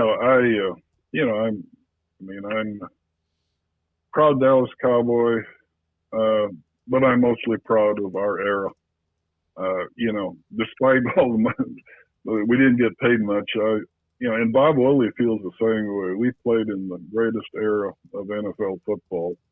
My rookie year, Namath won the Super Bowl. We were part of the advent of Monday Night Football, and every town was highlighted. And, you get through all the things that were done. But Jerry is, he's such a good promoter. I mean, he's a great owner, in my opinion, not, that much on general manager, but, I'm not there. But, you get the players buy in, hey, we're the Cowboys, but, we were next year's champion feeling the same way. And I kind of think some of these, post, Jimmy Johnson teams, just, they were just giving the benefit of, they thought they were better than they were and didn't really, focus on just the obsession. I mean, if anybody wants to talk about, being competitive, just watch any segment of The Last Dance. And, the greatest athlete in my mind of all time is Michael Jordan, and the commitment that he gave to it. Now, not everybody on the team can do that, but boy, do you want a guy like that on your team. I mean, we did. We had Rod Staubach. I mean, he was like that, just totally obsessed with winning. And, it showed. Was there ever a game, and we started out by discussing, and I will say this now, I'll admit this now, you didn't know this or you wouldn't have accepted this segment. I'm a lifelong Redskins fan.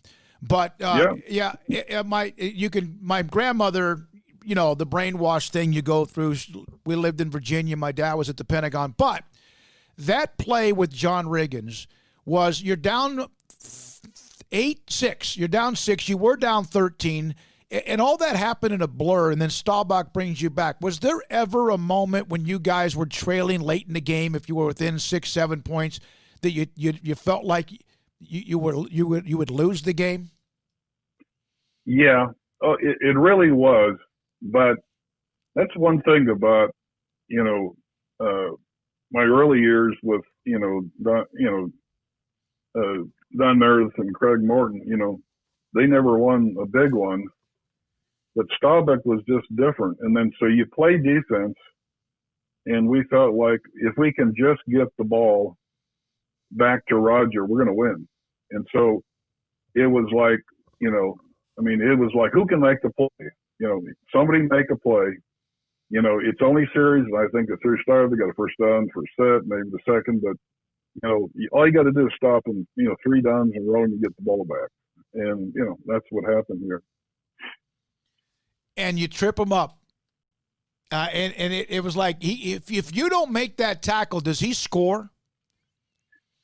Yeah, there's a pretty good chance. I know he would have made at least 10 yards. Right. But as fast as he was, yeah, I think he would have scored, yeah. Because, he's a big guy and a fast guy, and he was running full speed, but, I used my experience and kind of anticipated the play they'd run it earlier in the game. And, it's one of those, being a professional and, Tom Landry, remember walking off the field and we looked at each other and it's like, yeah, we got this. And we win. We win it all and they don't. And that was the second to the last year of my career, and very satisfying. You are a part of so many things. I know we got to go. We appreciate you so much. Larry, it's great. We've had, seriously, we could check them off. Leroy Jordan. We've had, obviously, Harris and Waters. Ed Too Tall Jones, Randy White. We've had D.D. Lewis and more. It's just been fantastic, especially now where there's no games right now, and we've been able to kind of go back and remember some of the great years in Cowboys history, and even guys who have played recently. But it's fun, and we appreciate you being a part of the show. Yeah, well, they're all great guys, and that was the thing that we had is that it wasn't so much free agency, and we got to know each other better than our wives probably. Anyway, we won big and we partied well, and great memories for all of us. Thank you very much, Larry. Great stuff. Okay. Great. All right. Great to have Larry Cole, former Cowboys defensive lineman, on the show. Went to Hawaii and played there as well. Was the first player ever out of the University of Hawaii drafted. He was a 16th round pick. Now they don't even have 7. 7, it's it, right? But the next year against, we didn't talk about this, so that was the play.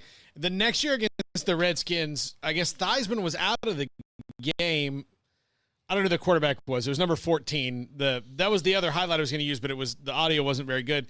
But he had a pick six, just kind of picked up. He a ball had out of the 4 air. touchdowns in his career. Yeah. Every one of them was against Washington. Not just the play to trip up Riggins. He scored 4 touchdowns, and every one of them was against Washington. And here I am inviting him on this show, right? Which I understand. By the way, Danny Roberts, a great friend of mine, a golf buddy. He had moved to, I think, Alabama, was working in Alabama, Tennessee area. He's now in Cecilia, Kentucky, listening to us on the app brought to you by Allen Samuels, Dodge Chrysler, Jeep Ram, Fiat. Danny, love you. Great to hear from you. He's over there with his mom. He lives about a quarter of a mile. He's been traveling to work, and so good to hear from Danny. Also on the Riverbend Liquor and Wine text line, 903, the text that came in about Zeno and Bohannon to kind of clarify what we were talking about. He lived in Longview for many years, now lives in Waxahachie, thanks to the 903 and being a part of the show. And earlier today, Cindy mentioned that, hey, Don Beebe, when he made nice comments to us about the questions, we didn't plan that. It was just nice of him to be able to tell us that. Coming up next, Baylor Director of Athletics, Mack Rhodes, on SicEm365 Radio. I received this text last night from Taylor Bryan. He's the one athletic communications for Baylor football. Made a stop at Waco Custom Marketplace today and has a picture of his grill. He bought a new grill, and the first thing he wanted to do was cook steaks on the grill.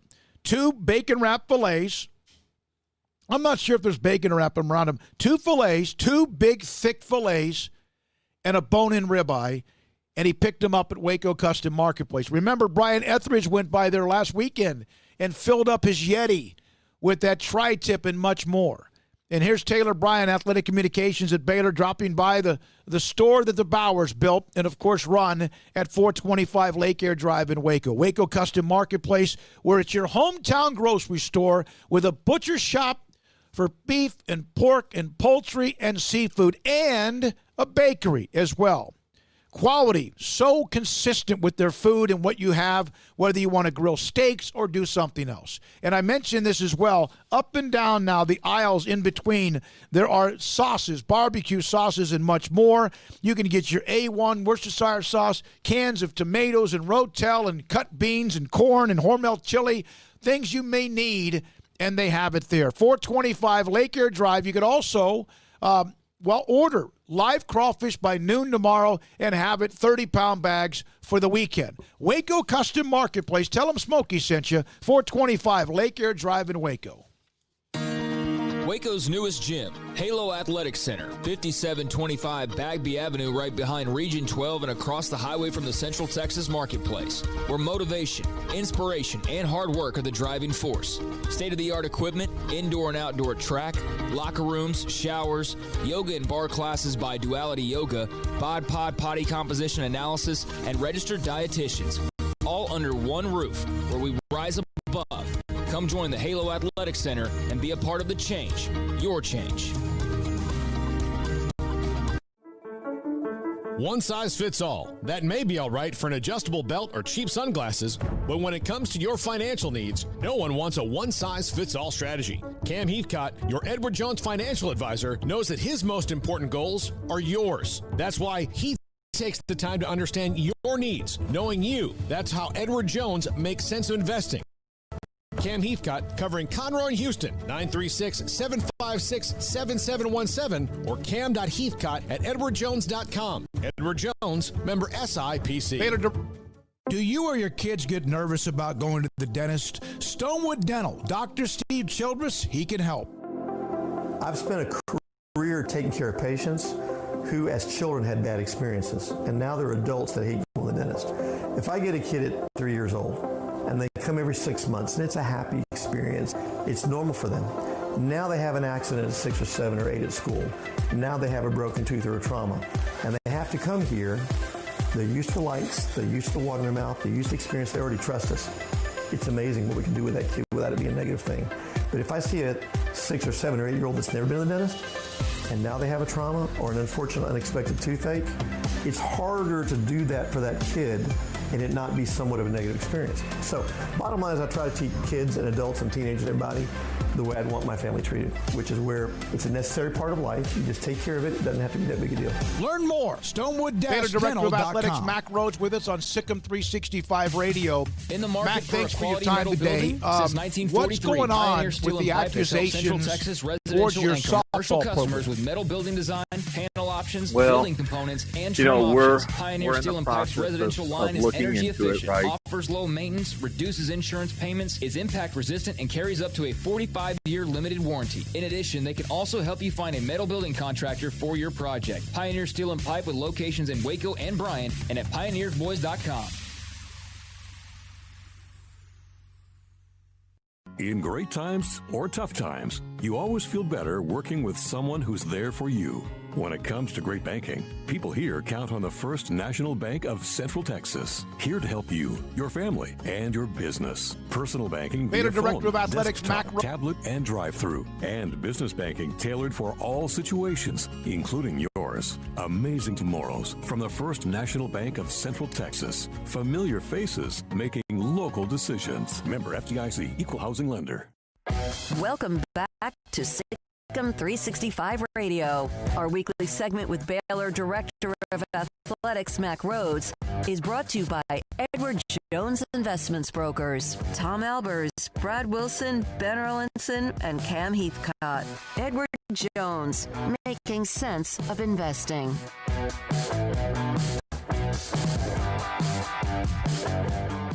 Baylor Director of Athletics, Mac Rhodes, will join us momentarily. Craig Smoke, Paul Catalina, David Smoke. We appreciate the time. From Kyron Jones, his dad Kevin. From the Elite 11, Larry Cole, Don Beebe. Also coming up at 4:45, West High School football coach David Woodard. And then also at 5, John Machota, who did an all-time Cowboys draft of a team. We'll have him today at 5 o'clock. Tony Dungy, Craig, you saw this. Brian Nance tweeted it out, and then Tony Dungy responded to him. The great Tony Dungy spoke with the Baylor football team today. Yeah, apparently, and I have no idea what they discussed. We don't know anything really details-wise, but I would imagine maybe this was a Brian Stewart get. He had Wade Phillips talk with the team, or talk to the coaches, I should say, a few weeks back when quarantine was really hot and heavy, and before it was something we got used to. So they've had some star lecturers, so to speak, but yeah, it appears as though Dungy actually spoke with the entire team. And just given what's going on in our world right now, even if things were as normal as possible, I still think Tony Dungy would probably be at the top of the list for a lot of people as far as who they would like to hear from. So, yeah, very cool moment for those guys, and I'm sure there are other connections that this coaching staff has that they will, dip into as well. But Wade Phillips and Tony Dungy here over the last, 6 weeks or so is pretty cool, and Dungy in particular, because I don't think that's probably something that he does all the time. Wade said to us, because he's not coaching right now, that he's doing it like daily, or at least he was back then. Wade was doing nearly daily calls with programs. But, yeah, I would think that getting Dungy to put some of his time aside is kind of rare. So very, very cool that they got to do that. However, it ended up happening. I'm sure we'll learn, and hopefully those young men took away some valuable lessons. Brian Nance on his Twitter feed at BNanceBU. Appreciate you at Tony Dungy for your talk this morning with the team today. A lot of great knowledge. That was sweet. SicEm, Tony Dungy responded. It was awesome speaking to the Baylor football team this morning. The guys had great questions. I look forward to watching you play this year and seeing you grow as men. Matthew 16:26. What would it profit a man to gain the whole world and forfeit his soul? So that was from Tony Dungy in response to Brian Nance. And I did see on the Elite 11, just following up on that, where Caleb Williams was named the Elite 11 MVP. Caleb Williams is uncommitted as of right now, but he finished first in the Elite 11 competition, and all indications are that he is headed to Oklahoma. That's been the hot and heavy team for him, it seems like now, for the last few weeks. And so it wouldn't be a surprise to see Lincoln Riley pick up another absolute stud. At some point you get into a situation, and every big program runs into this at some point, where you get a little bit of a logjam, and it becomes interesting to see who's going to be able to to stay in there and stick with it and eventually get their turn. Like Briles was so good about managing with Baylor quarterbacks there for so many years when a lot of other programs had guys that would transfer out once they lost a starting job. He had Bryce Petty sitting there for like 3 years waiting, and Seth Russell waiting, and Jarrett Stidham was going to wait. And, it's a great competition. It's a cool event. It was clearly lacking a little bit of its luster this year just because you didn't have like the full-blown TV coverage and all the side events that usually come with the Elite 11 competition, because typically they'd be doing like the opening, right? The opening where you'd have all the 7-on-7 games and all of that jazz with receivers and running backs and all of the top prospects. But this was whittled down because of the current situation that we're in. So I'll be interested to see where Drones finished, ultimately. But yeah, Caleb Williams is looking at maybe competing with Spencer Rattler here pretty soon. Well, it's quarterbacks in Oklahoma. Obviously, he's a 5-star quarterback, and I think this year I saw this note from Trent Dilfer, who's been a part of this now back when it was up in Oregon. He said 75% was based on his junior film, 25% on the actual event. What was based on? 5-star quarterback Caleb Williams wins the Elite 11. Trent Dilfer said that 75% of this decision was based on junior film, 25% on actual event. So because I would think because of all that's going on, I don't know, that sounds like that could be a little bit, he's a great player, great young talent. But I don't know why you have an event if you can't go and win the event.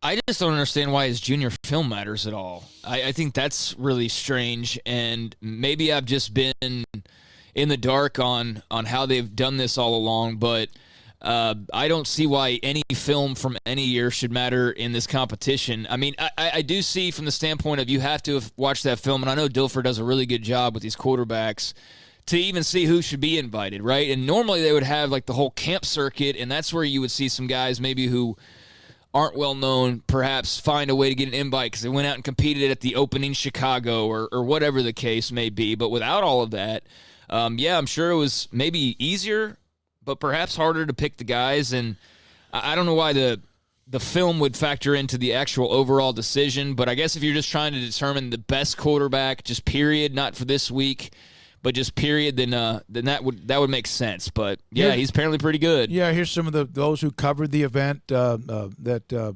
Caleb Williams is the most talented quarterback here. It's not even close. Here's one, and I'm just kind of doing this as we're trying to figure out what we're going to do with Mac Rhodes. Yeah, I think I've got it figured out. For some reason, the full file wasn't loading, so I've got it now, I think. Okay, and one other note, then we'll go to that is that Caleb Williams, and that's great, good for him. I wasn't there, but didn't finish in the top 10 in the Target Challenge and was number 10 on the Pro Day Challenge. But he does win, and again, a lot of it, as Trent Dilfer clarified, was mainly about as much junior film as anything else. Caleb Williams, Superman, where's he from, Craig? Does it say? Let me see here. I'm looking up his huddle. Senior to be Gonzaga College High School in Washington, D.C., so he's from D.C., and he wins the Elite 11. And Kyron Jones, last we heard, and I was kind of talking to Kevin a little bit off the air, was probably somewhere in the top 5, 3, 4, or 5 at the end of today. Give me 2 minutes and we got it. So, okay. But, yeah, completely unexpected. I'm sorry. I apologize. So that's that. And we will push back maybe David Woodard. I'll see if he can go back a little bit. Yeah, I think we're going to have to. Mac's about 20 minutes, right? 18, yeah. Okay. You want to take a break or you want to? No. We're fine. Ready to go? No, I said I asked you for 2 minutes 15 seconds ago, so it hasn't been 2 minutes yet. But, yeah, I'll get it up. It's okay. fine. For those that don't know, he was recorded earlier today, clearly. Yeah, and we discussed many things, and, yes, even some accusations against the softball program. We were able to get involved with that and talk to Mac about that. The first question and the very last question, in between, from the name, image, likeness to his staff, the Baylor Athletic Department, there's part of this that he says, we asked him about how no one's lost their job. But he also said that the coaches, the head coaches in their contracts, they don't have to accept something like working for a week furlough, without pay, whatever, or unpaid leave. All of them said no. We're gonna do whatever we can. Every one of them across the board, and everybody in the athletic department sacrificed something: time, unpaid leave, vacation, whatever. And that's kept everybody attached, or so far, through what they've dealt with at the end of here now, July 1st. Well, I commend any business, because not all businesses, speaking from experience, are willing to at least, look at other alternatives rather than just axing people and leaving them, to go figure it out. And I know that's don't get me wrong. I mean, firing people is part of the deal, and I totally understand that. But I do appreciate that there are those who can look at the current situation and say, you know what, let's see what we can do before we just drop the axe entirely. Because it would have been probably a lot easier for them to just say, like, hey, take it or leave it or whatever. But, the fact that those coaches have that option is great, that they can, yeah, you're taking a pay cut, but you're still keeping your job. And you know that the pay is going to return to normal at some point. So that's much better than, the alternative of actually, cutting jobs. So that's great. So here's our conversation earlier today with Baylor Athletic Director Mack Rhoades. Baylor Director of Athletics Mack Rhoades with us on SicEm365 Radio. Mack, thanks for your time today. What's going on with the accusations towards your softball program?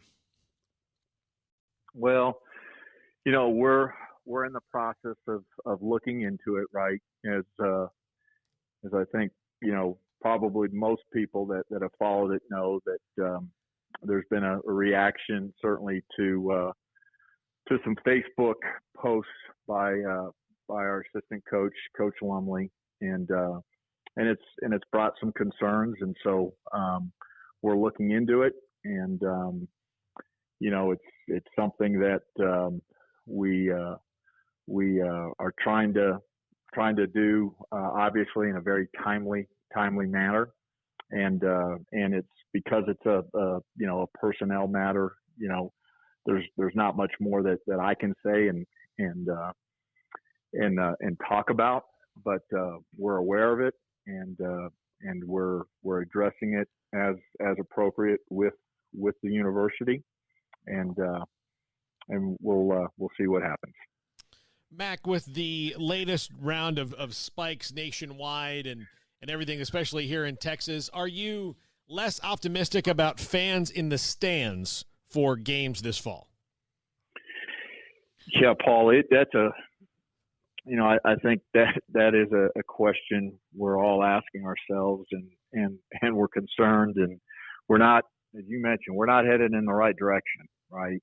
I think, for us here in the state of Texas, it's been, clear that, 50% capacity, but I think we're all worried that number could continue to decrease if numbers stay where they are or they continue to rise. So it's something that that we're keeping an eye on, and it's something like everything else as we deal with COVID-19 is extremely fluid, and we'll be prepared. We've got our different models in terms of capacity, as because we've talked about it on the show. So we'll be prepared, and we're really, really keeping an eye on it. The part is there ever, and is there any possible thought that as this flares up, that the sooner it flares up, the fact it might clear before maybe August or September? Yeah, I mean, those are probably, questions that can be best answered by a doctor and not an athletic director. You hear some of that conversation, right? But, I don't know. I think that,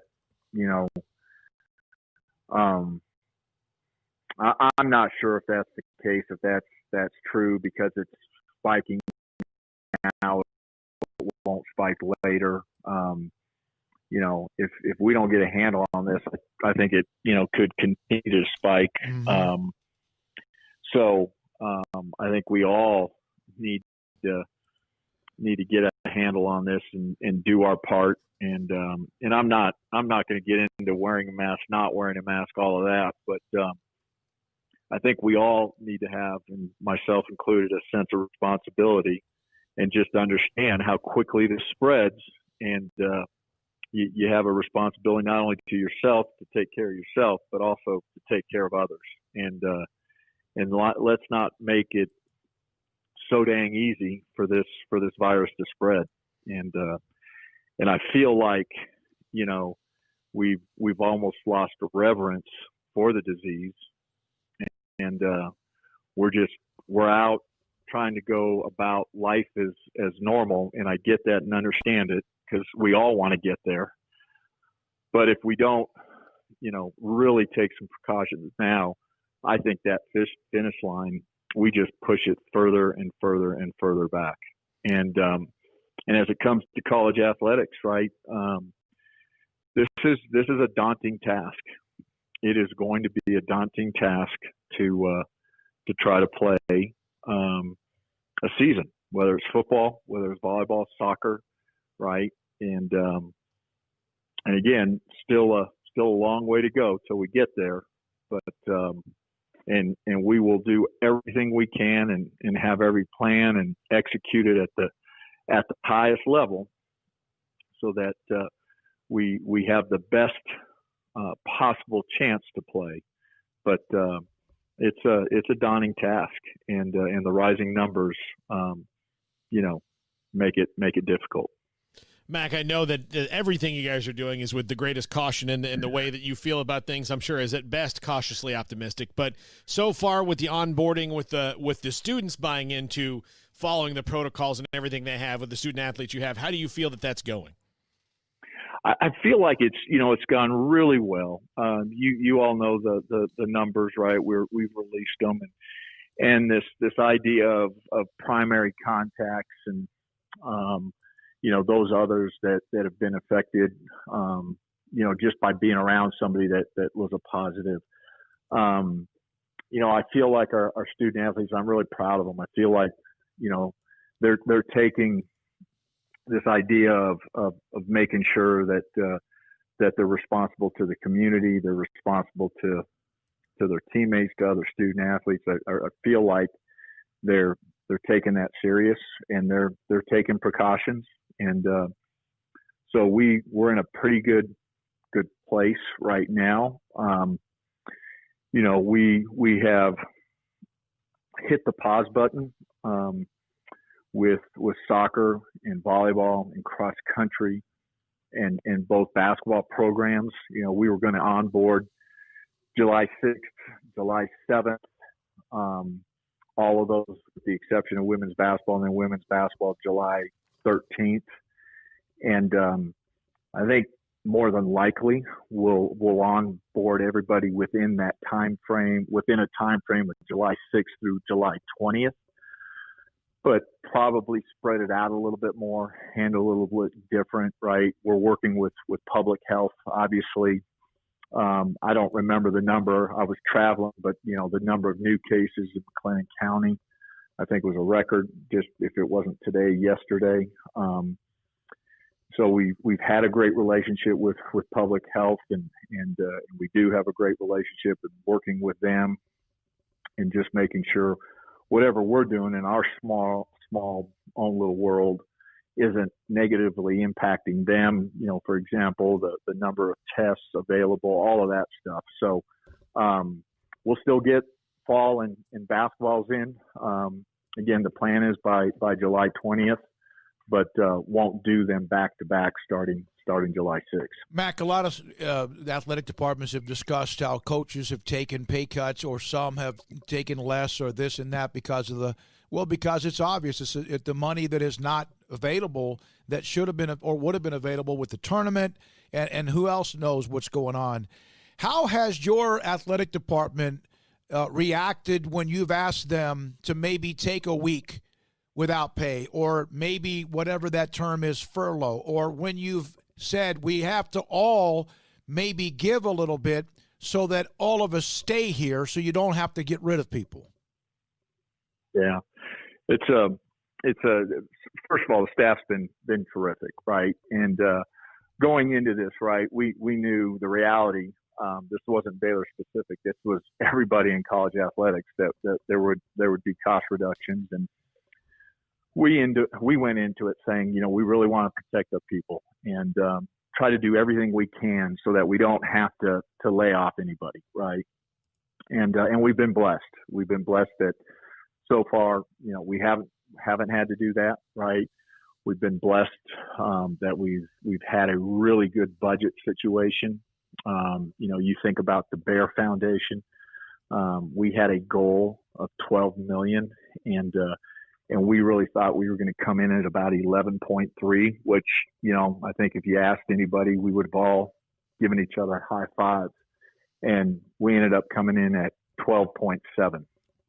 And so that was an unbelievable blessing and just a testament to what just great fans, great donors we have. So we have been blessed. We've had money saved. We've been really diligent about saving money over the last 3.5 years. And so we haven't had to, do salary reductions, permanent salary reductions of, you hear 5% and 10%, et cetera. And so rather, we ask people to do a furlough and, contract employees, which are our coaches. There's nothing in their contract that obligates them to do that. And so for them to do it has to be voluntary. And, every single one of our coaches volunteered and said, "Hey, we're going to do this. We'll do this for a week." Our other staff, which is a majority of staff, probably 2/3 maybe or 60%, they're all in the process, got it, understood it, and it just speaks to our people. And again, I'm just going to continue to be repetitive. You win with people. We've got great people, and you get through crisis, not as a splintered group, right? You get through crisis as a group of people all locked together, right? All rowing in the same direction, and we've been able to do that, and just really, really grateful to all of our people. Mack Rhoades, Director of Athletics at Baylor, with us. Mac, I'm sure you guys find something new out about your team every single day because of that, right? That you're all having to row the boat in the same direction, and it's got to be in the midst of stress, pretty inspiring, doesn't it? It does, and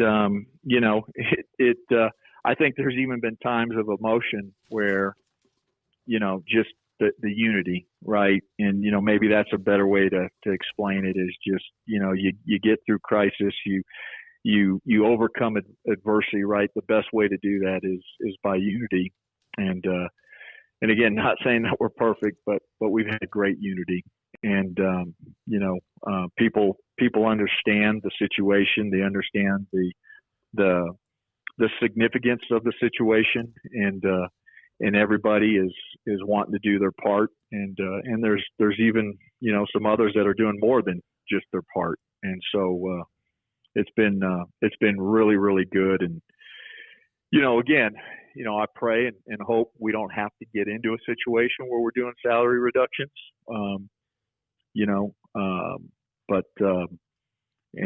so we hope and pray that that's not the case, but we took this first step, and again, grateful to everybody. By the way, the stadium had a list of the top 20 FBS ADs. Mack Rhoades is listed in that. You've been listed a handful of times in these top ADs in the country, and I know you're not going to say anything other than what you said earlier when you talked about it's about the people. It's about the relationships. It's not so much you, but you're the one at the top. Like a head football coach, it's the entire staff. Yeah, I mean, those recognitions are really recognitions of Baylor athletics, and not myself or any one individual. I get and understand. Hey, a lot of people say that, and that's the right answer to give, but it's also the true answer. And those are all things that are because of Baylor University. Baylor athletics are great people, and so it's just it's a recognition of all of the hard work and what everybody's doing. One more thing, Mac Rhodes with us, Baylor Director of Athletics on SicEm365 Radio. Paul, you may have one. I want to get to the Senate Commerce Committee, a couple of things that were brought up. I was going to ask over there. Yeah, so they discussed waivers that, you have mentioned that in other schools. Some of the senators weren't thrilled with that. And then also about the national or the name, image, likeness, where ADs or commissioners of conferences have said that a couple of them have said they're not sure that student athletes are prepared to make those type of business decisions. But and that didn't go over very well, because if you're just a normal student that works at like Domino's, you make money, and I know that the money might be relative. You people seem to kind of learn through life about how to save money and what does it go to. Did you get any feedback? I know you've been in a lot of meetings today about what happened today in the Senate with college athletics, because it seemed like they went over a lot of different things. Well, I have not, and I apologize, and I wish I could be more prepared. But I was traveling all day yesterday, and then been in meetings all morning, so I have not. I'm not up to speed or up to date on it. We know that the federal government is going to be involved in terms of name, image, and likeness. Obviously, it's been a topic of conversation now for at least a year. I think we all know that there's going to be liberalization when we think about it in the current rules, and again, I will continue to say I'm going to have an open mind. I believe that there needs to be some liberalization without crossing the line in terms of the collegiate model, because I think that's what makes college athletics really special. And whatever liberalization, wherever place we land, we've got to make sure that we all understand competitive equity and that we're able to regulate. Unfortunately, that's why we have so many NCAA rules, right? Is because historically there have been people and folks in our industry that haven't followed them and have broken rules to gain a competitive advantage. And I just don't want us to create another set of circumstances where it makes it very, very easy for people to do that. So again, all open for the liberalization but I think we need to be really thoughtful and careful. If you don't mind, the first question I asked you about the accusations towards the softball program and Coach Lumley, and I guess in some cases perhaps attached to Glenn Moore, you have there's an equity committee or whoever that's part of what they do. Is this similar to what would be like Title IX, and it just might take a long time, or is this something because of where we are today or any day that there needs to be an investigation that doesn't take too long? Yeah, I think that it needs to be looked into, and it needs to be looked into immediately, and for everybody's sake, right? Including Coach Moore's, who Glenn Moore, who I love, and Coach Lumley, and any particular individual, former student athlete, current student athlete that is hurt, right? What they're feeling and what they feel like they experienced, right? So for everybody involved, this is something that needs to be looked into, resolved sooner rather than later. Mac, thanks for your time. We appreciate it. All right. Appreciate you all. Mac Rhodes, Director of Athletics at Baylor University on SicEm365 Radio. Do you love Friday Night Lights? Would you like to have a bigger role than just watching the action to ensure the games are played fairly and safely? The Waco football chapter of the Texas Association of Sports Officials, or TASO, can make that happen. The 2020 Texas high school football season is right around the corner, and we need you to be a part of it. There's a shortage of officials across the state in all sports, and you can help. If you love the game and want to be a part of the solution, you can help our local student athletes continue to participate in games they love. Never officiated before? Don't worry. Waco Football Chapter can help you and prepare you to make the right call. And right now, Introduction to Football Officiating class is accepting registrations. Make your first grade call today by looking us up and contacting us on Facebook at Waco Football Chapter or at our website, wacofootballchapter.com. Find out more about the Waco Football Chapter of the Texas Association of Sports Officials, or TASO. Go to wacofootballchapter.com.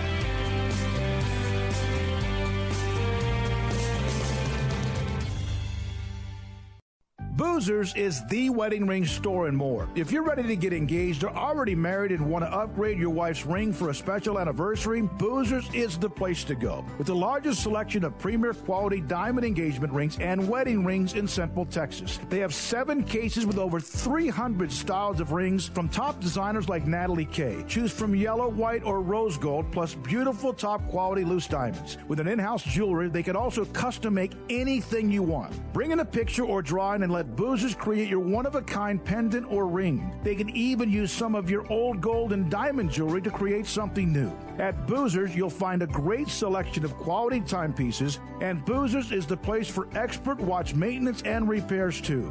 They specialize in expert Rolex watch repair for fine jewelry, watches, custom work, and more. Go to Boozers on Valley Mills and Lake Air Drive in Waco. Boozers, the wedding ring store and more.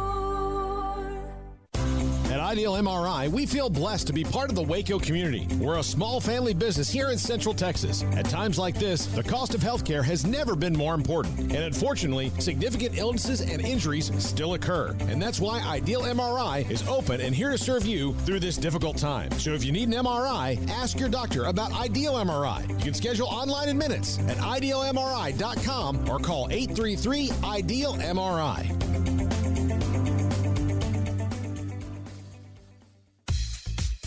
Southwest Sports Medicine and Orthopedics, the team physician of Baylor Athletics. Our doctors specialize in the diagnosis and treatment of any and all sports-related injuries. Celebrating over a decade of service in Central Texas, our doctors are equipped to handle a wide range of issues, whether it's your foot or ankle, orthopedic spine care, your hand or wrist, knee and shoulder pain, or if you're in need of our arthritis or total joint clinic. Trust the doctors that Baylor trusts. Southwest Sports Medicine and Orthopedics. Our goal is to get you back in the game. This is SicEm365 Radio. The SicEm365 Radio app is sponsored by Allen Samuels Dodge Chrysler Jeep Ram Fiat in Waco. Your friend in the car business at Loop 340 and east of 84. Come by. Let's be friends. We will hear from David Woodard, head football coach at West High School, the Trojans, momentarily. John Machota, theathletic.com, will join us in the 4 o'clock hour. Paul Catalina, Craig Smoke, and David Smoke. This is SicEm365 Radio. And remotely right now, Deontay at Depth's Right Steps on Twitter is helping put everything. I haven't said hi to Deontay because, I mean, he's like invisible right now. But he's here. Like you can feel it. Deontay, tweet me or text us at 254-339-1122 or just text my cell phone so we know you're still okay. When he finally listens to the show here in about 4 hours and you get a tweet here randomly, realize he's playing catch-up. No, shout out to Deontay. We're just trying to be smart, I think, with our interns, and seeing the numbers in Texas right now just doesn't make sense to cram as many people as possible into a room, although many are trying to do that still. But, miss our interns, but just being smart about the whole situation. We're now joined by David Woodard. He's the head football coach at West. He joins us on SicEm365 Radio. David, thank you very much. As you know, and I'm sure you guys have been a part of it, I'll ask you first, how long did you work out until you shut down, or have you shut down? I don't know. Us, Kurt, and we got 3 really good weeks in, and seeing the numbers rise and seeing everybody else, most of the people around us in McLennan County starting to shut down, we just decided it would be the right thing to do as well too, to give our kids a break and see if we can let some of this clear and give our facilities a good cleaning. You were able to get, as you mentioned, those 3 weeks in, and what a lot of people maybe don't realize is that there were conditioning things that you were able to do starting a year or two ago through the UIL. But this was in a way, was it kind of in a way almost a bonus that you normally wouldn't have, or is this because of the fact you didn't have some of what happened in March, April, May? It was a little bit of a bonus. We just really proud of the UIL and what they gave us the opportunity to do for this summer, and it was good to be back to work. It was good to be back to see the kids, and it was great to be able to get some work in each and every day. And so we did some conditioning stuff, and we got all our sports specific stuff in, and it was a good time for us. 4-7 last year. I know that's not the standard that you want. You've been there now since 2013. You had the 11-2, the 10-3, and 15-17, 2 rounds deep 2 years ago. You made the playoffs. It's a very tough district. Your thoughts about who you are, depending on if the season starts on time and what you have coming back? I think we have a chance to be really, really good. We were 4-7 last year, and but we started a ton of young kids, and 2 freshmen, 2 sophomores on the O-line, and 6 of our front 7 starters on defense were freshmen or sophomores. And so, we feel really good about the kids we got coming back. We were having a unbelievable winter through January and February up until spring break, and just proud of what the kids were doing and how they were working and understanding, through that 4-7 season we had last year, what we needed to do to get back to the level we want to compete at each and every week. So, we're excited about the season. Hopefully, it gets going on time and we can get started and look forward to what this group of guys can do. Coach, what did you guys do during the break that maybe been kind of unique that, at least to stay in touch with your guys and see what they're doing? I don't know that we did anything unique. We had some Google Hangouts with them and felt like we were emailing them constantly about reminding them to get their homework done and make sure they kept up on their classwork, and understanding that even though we weren't in school, it still could have had ramifications on what they could and couldn't do starting the school year next year. And so, I think that was a big thing. They just, we gave them an opportunity to have something to do. We gave them an opportunity to talk with us when they needed to, but we knew with everything else going on, and maybe some of them having to take care of little brothers and sisters, do their own homework. We didn't ask a lot of them. Send them some workouts home, and hopefully they did some of those, and we'll go from there. Last year and this year, you're going to be in the same district with a 2-time state champion with what Grandview has done, and then last year as well. You have Whitney had one of their best years ever. We know how loaded Teague can be, although not Teague, but at times what McGregor can do. But you had 2 teams, Grandview and Whitney, that were in your district. You got into the playoffs, beat Teague. Your thoughts about the new district? Because I saw what you're in now. It looks like it's a much bigger district, adding some Dallas schools into the mix.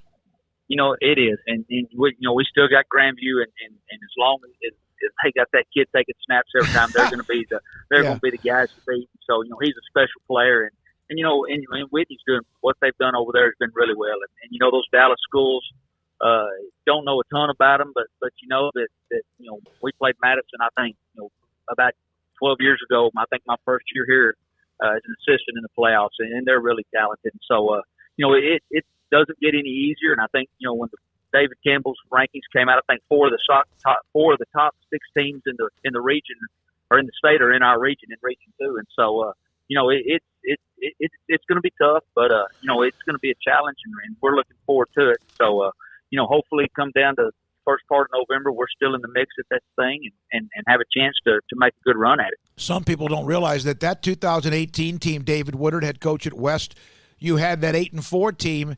You did beat Grandview that year. That's the same year they won their first state title. Dane Yentz, by the way, the quarterback that everyone knows about, and it's so amazing. But you beat them that year. Wasn't it some kind of a high-scoring overtime shootout? It was. I think it was 42-41 in overtime, and so it was a whale of a football game, and we got lucky at the end to be able to figure out a way to get it done. Anything else, guys? Hey, David, thank you. Good luck with it. Thanks for your time. You got what almost all of your starters back based on what you're talking about with the experience. Hopefully you get a chance to see them do something in August and eventually with the season. Thanks for your time, and we'll talk to you soon. I appreciate it a bunch. David Woodard, head coach at West. He arrived back in 2013. The first year was pretty tough. And then since that time, 14 they went 7-3, and then they started the run of 11-2. 2 years later, 10-3, 8-4. Last year knocked out in the first round of the playoffs, but still made the postseason with Grandview and Whitney in that particular district. When we come back, John Machota, theathletic.com. This is SicEm365 Radio.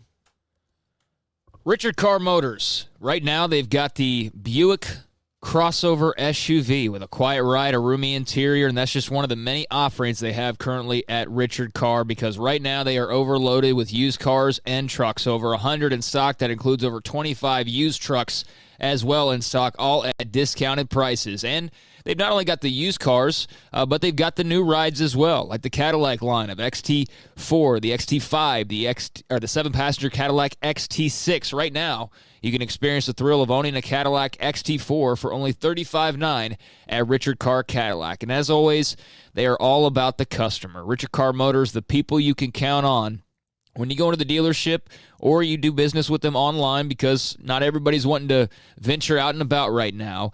Well, you can rest assured that you're going to get great prices, and you can also rest assured when you purchase a car that you're going to get free oil changes with a new purchase, plus in-town priority warranty service. All of that comes with your purchase at Richard Carr Buick GMC Cadillac. As I mentioned, they are the people you can count on, a local family dealer run by Baylor Bear alumni. They want the chance to earn your business, so stop by their daily disinfected showroom, see their safety-focused staff, or they can always bring the test drive to your home, because your comfort and safety is Richard Carr's first priority. Find them online at richardcarr.com or Highway 6 at the Imperial exit. Summertime means vacation time. And while this summer may be different, at Allen Samuels, you can always count on our huge summer clearance event. It's on. We're moving out all remaining new 2020s. Every Dodge and Chrysler car and SUV. Every Ram truck, and we haven't left out Jeep. They've got to go too. Deep discounts, special factory offers, and financing. It's time to say goodbye. Adios, 2020s. Allen Samuels Dodge, Chrysler, Jeep, Ram, Fiat. Drive forward. Dr. Kent Petty wants you to be the highest performance man you want to be. Are you sluggish, lack energy? Do you suffer from low sex drive? Petty Clinic Low T offers discounted comprehensive lab work to check on your various levels that can make a difference. It's not only time for you to be the man you want to be with higher energy and stamina and improved sex drive, but also the healthiest and high performance man. Screening for cardiac heart disease risk, EKG, cholesterol panel, blood pressure monitoring, testosterone or growth hormone deficiency, male infertility, hepatitis C, and prostate cancer screening. Petty Clinic Low T offers replacement therapy for testosterone or growth hormones, weight management therapy, and nutritional advice. It's not only time for you to be the man you want to be with higher energy, stamina, and improved sex drive, but the healthiest and highest performance man. PettyClinicLowT.com, PettyClinicLowT.com on Old Hewitt Road, just off Highway 84 in Woodway. PettyClinicLowT.com. Riverbend Liquor and Wine has their easy-to-access drive-thru open and convenient and clean in-store location on the corner of Lakeshore Drive and North 19th Street in Waco. Riverbend Liquor has the best and most extensive variety of craft beer selections in Waco, and Balcones whiskey, including single malt, pot still, baby blue, French oak, rye, and brimstone. Riverbend Liquor and Wine, family-owned and operated, and a hidden gem in Waco on Lakeshore Drive and 19th Street. And find out more on Facebook and Instagram.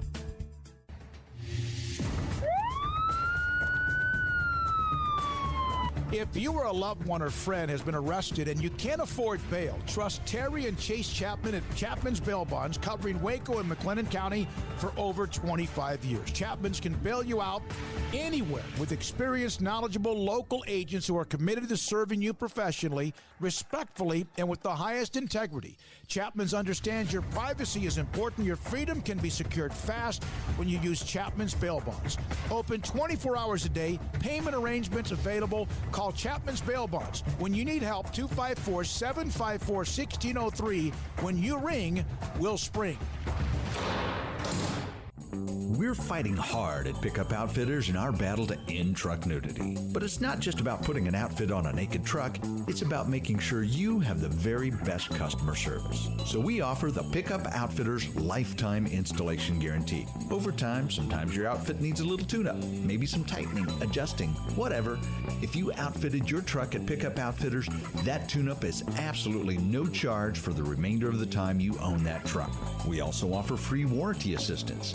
If for any reason you need to use your warranty, you just bring it back to us and we take care of it. It just makes sense. I mean, operating without a promise like that would be like offering customer service in the nude. And if you've seen our staff, trust me, you don't want that. So do your part to end truck nudity by outfitting your truck, Jeep, SUV, or van at Pickup Outfitters, 220 Lake Air Drive in Waco, where we promise to serve you fully clothed. Check out our website, createacommotion.com. Welcome back to SicEm365 Radio. It's time for our weekly segment with John Machota of The Athletic, brought to you by Pioneer Steel and Pipe, where customer service is their main focus, and best in metal, steel, and pipe for large or small projects, with 2 locations in Waco and Bryan. Family owned and operated since 1943. Prescott gets it complete as Cooper takes it all the way. The 5 o'clock hour is brought to you by Edward Jones and financial advisor Cam Heathcott. Edward Jones, making sense of investing. Here's David Smoke, Paul Catalina, and Craig Smoke. Here we go, this 5 o'clock and final hour, Wednesday, July the 1st, the first day of July 2020, the second half of what has been a brutal first half of 2020 in many different ways. Joined by John Machota at John Machota. That's Jon Machota on Twitter from theathletic.com. So the Cowboys went from scheduled with 5 preseason games, and we may not get any, but went from 5 to now 2. And I'm not a big fan of preseason, John. I'm really not. I rarely watch a preseason game, no matter what. But your thoughts about them cutting this down to 2, and how does that affect the Cowboys in any way? Nobody wanted to see those preseason games anyway. No, no, but I think it just, for one thing that you can take away from it is it's just a sign that, the NFL sees the landscape of what's going on out there, and not just their future and the football's future, but other sports. And so, I wouldn't be surprised if they have, and I would think they should have this. They've had plenty of months of not anything going on. They should think of every possible scenario. I don't want to be in September and something happens and people are like, well, we don't really, the NFL league office, we don't know what we're going to do about this. So you should have went through every single scenario 3 months ago. So they've had time to do that. So I wouldn't be surprised if they have plans right now to trim the regular season from 16 games to 12 or even 10. But they're not going to put that out yet, because then that could cause some panic. They could cause people to, potentially worry about there not being a season. It could cause players to sit there and say, oh, if this is just going to be some abbreviated half season or something, I'm not even playing. I'm going to do like Ryan Zimmerman of the Washington Nationals, and I'm just going to sit this season out. They don't want to do all of that yet, but I'm sure they have contingency plans in case, certain things happen where there's just a lot of positive tests across the league. And so I think this is just a step showing that they know that this is going to be difficult. This isn't going to be an easy process. So let's already get anything that doesn't make sense out of the way. And 4 preseason games really doesn't make sense anyway. Really, to me, having fans in the stands doesn't make much sense right now. When there are still talks about that, that leaves me scratching my head. I think the best bet that you get to right now is that maybe you play 1, maybe 2 preseason games. You get in 12 regular season games. If spread out throughout the season. Maybe the schedule changes a little bit so that you play some teams closer to where you're at. I just think that everything about this season, if they really want to get a season in, there's going to have to be a lot of changing things, all the way to the fact that maybe the Super Bowl isn't until April. They might have to push back and take some time off, and maybe the season keeps getting pushed back a month or 2. But they're going to try everything to have a season, and because of that, they have to try different things. And the last thing that they need to be worried about is 4, and then even in the Cowboys' case, 5 preseason games. All right, John, the most ambitious roster project ever between you and Bob Sturm on The Athletic. So kind of walk us through this, what you guys decided to do here. Yeah, so about, 3 weeks ago, sometime last month, what I ended up doing was a 53-man roster of all-time Cowboys, and our managing editor, Or Moyle, was like, well, you and Bob should there's so many players here that aren't even on the all-time 53. You guys should each draft your own teams. And at first it was just going to be like a starting lineup and a head coach, and that was going to be it. And then Bob and I were like, we can do a whole 53. There's so many players to pick from. And for a lot of organizations, I think it would be tough to do that and keep it interesting. But the traditionally successful ones like the Packers and the Cowboys and others, it makes it interesting because basically what it comes down to is you're going to find it where you're comparing like a Bob Lilly to a DeMarcus Lawrence, and the thing, what's interesting is because Bob, as we did this draft, Bob had the first pick and he took Larry Allen. I had the second pick and I took Bob Lilly. And really from that point on, it pretty much turned into Bob building like the 90s Cowboys and me building the 60s and 70s Cowboys. And so like people on Twitter that are, I would say, under the age of 35 won't even consider a Bob Lilly. Like my first two picks were Bob Lilly and Randy White. And I'm like, I'm set at defensive tackle because whatever he's going to do at defensive tackle, he can't mess with this, But he ended up putting together an offensive line that has Larry Allen and Tyron Smith and Zach Martin and Travis Frederick and Nate Newton. So his offense is loaded, but my defense is just ridiculous, but particularly up the middle. And so it's hard to convince younger football fans that Leroy Jordan and Chuck Howley are by far the best linebackers that the Cowboys have ever had. And so my strategy going in is draft these positions, certain positions in the Cowboys all-time roster that are just way deeper at the top than they are the next positions after that. And so, like I said, I'm learning from the comment section in the story and on Twitter that there's a lot of people that don't realize how good the Cowboys were before Jerry Jones bought the team in 1989.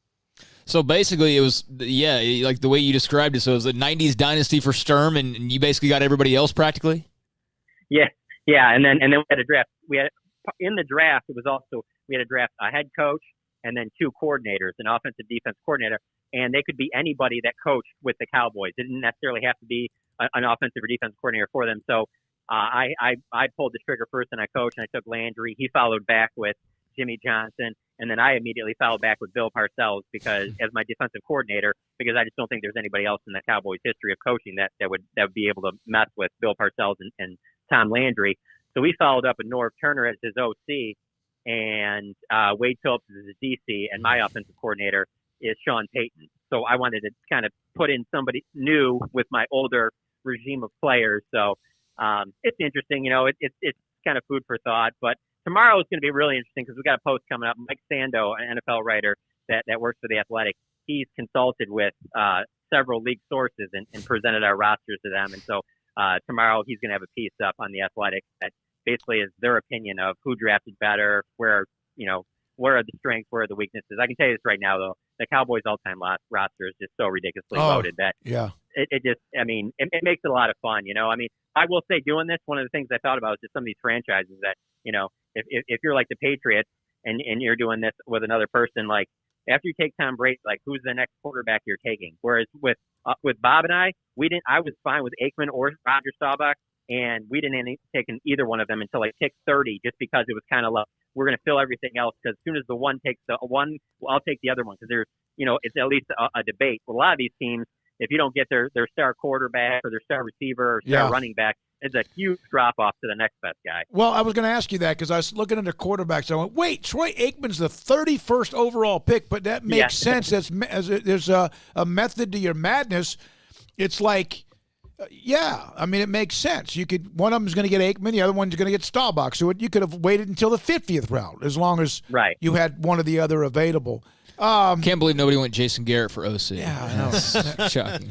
Yeah, that's a very intriguing thing that you did, John. I love this. This is fun. We ought to do this on the air one day. I don't know how, but with getting Bill Parcells as your defensive coordinator, I'm sorry. That's in Landry. Your offensive coordinator is Sean Payton, but Landry was both. You still have him as really basically both. Yeah, the way I went at it is basically I wanted to take a coach first because I wanted to make sure I got Bill Parcells too. Because like I said, when I went through all the coaches, and there's a lot of great ones. You could add Mike Ditka as the DC. You could add Dan Reeves is an OC. I mean, there's so many good coaches and assistants that they had in the 60s and 70s and even in the 80s. And then obviously with the 90s success they had too, Ernie Zampese, guys like that. And heck, even in DC, you could have Mike Zimmer, who obviously has gone on to have success as a head coach for the Vikings, and he would be one of the best DCs in the league if he went back to being a defensive coordinator. So there's plenty, and that's what's going to be interesting to see what some of these front office personnel around the league when they see it, what their take is on it. But I can tell you right now, if you were a fan of Landry and the things he did in the 60s, 70s, and 80s, you're probably a fan of my team. If you think that the 90s Cowboys are the greatest team ever assembled, you're going to hate my team and you're going to love Bob. Well, one of the things we've done, we had Larry Cole on today, and I'm sure that Larry Cole would not even, maybe with the Cowboys with all the players they had, but we mentioned this to him. We had D.D. Lewis.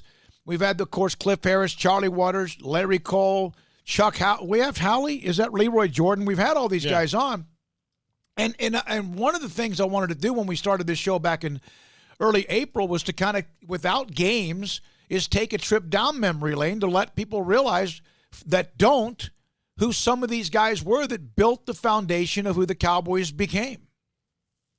It's crazy. That stretch that they had back in, I think it started around 66 to basically the early 80s, 82, 83 in there. I mean, it was like the Cowboys were in conference championship games every other year, if not back-to-back, 3 years in a row, 4 years in a row. And I think one of the things that makes people maybe look past a little bit is that maybe because they think that, they only won 2 Super Bowls during that run. If they would have won 4 or 5, then people would remember it and whatever. And I'm gonna say this too. When I was putting it together and I was thinking about this, I'm like, and you guys can share your thoughts. You've been to plenty of Cowboys games.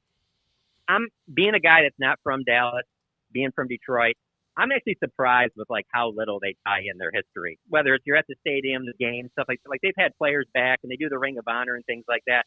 But for the history that they have, like, I don't know. I don't know what you could do. I don't know. Obviously at the Star, they do a nice job with the monument around the Star with all the guys that are in the Ring of Honor. But when you go to the stadium on like a Sunday, you really don't get this great feel of what the past was with this Dallas Cowboys team. And whereas like when I go to Pittsburgh or Green Bay, you can feel it. Like you can tell like that's, what the foundation is there. And hey, maybe that's just how it goes. Or maybe it's that, Jerry Jones wants people to focus on, the now. I mean, just look at the Ring of Honor. Jerry Jones's guys are on one side. The Landry guys are on the other side of the stadium. I mean, so I don't know. I just, for the history this team has, I do find it interesting a little bit that it is somewhat overlooked to a certain extent. There's 2 different eras. There's the Jerry era, and then there's the rest of the Cowboys. I mean, that's kind of the way I look at it. Like when he fired Tom Landry, a ton of fans, there was backlash to that. John, it just seems like, they may have lost some fans then, but yeah, there's the Jerry era of the Cowboys that we hear the most about, and there's the pre-Jerry era, basically, that gets some attention, as you mentioned, but maybe not enough. Yeah, I mean, I don't know what you could do. I mean, one thing for me, like I said, the monument and the things that they have going around the Star that, have the numbers that recognize all the guys that are in the Ring of Honor. I think they should do something like that at the stadium, whether it be inside, outside, whatever. You look at the history of this team, for just a football fan, like, and especially the thing is with like Cowboys game is AT&T Stadium. I mean, as you guys know, how many of these games are half the stands seem like they're the opposing team's fans because they want to come to this stadium. It's one of the best stadiums in all of sports.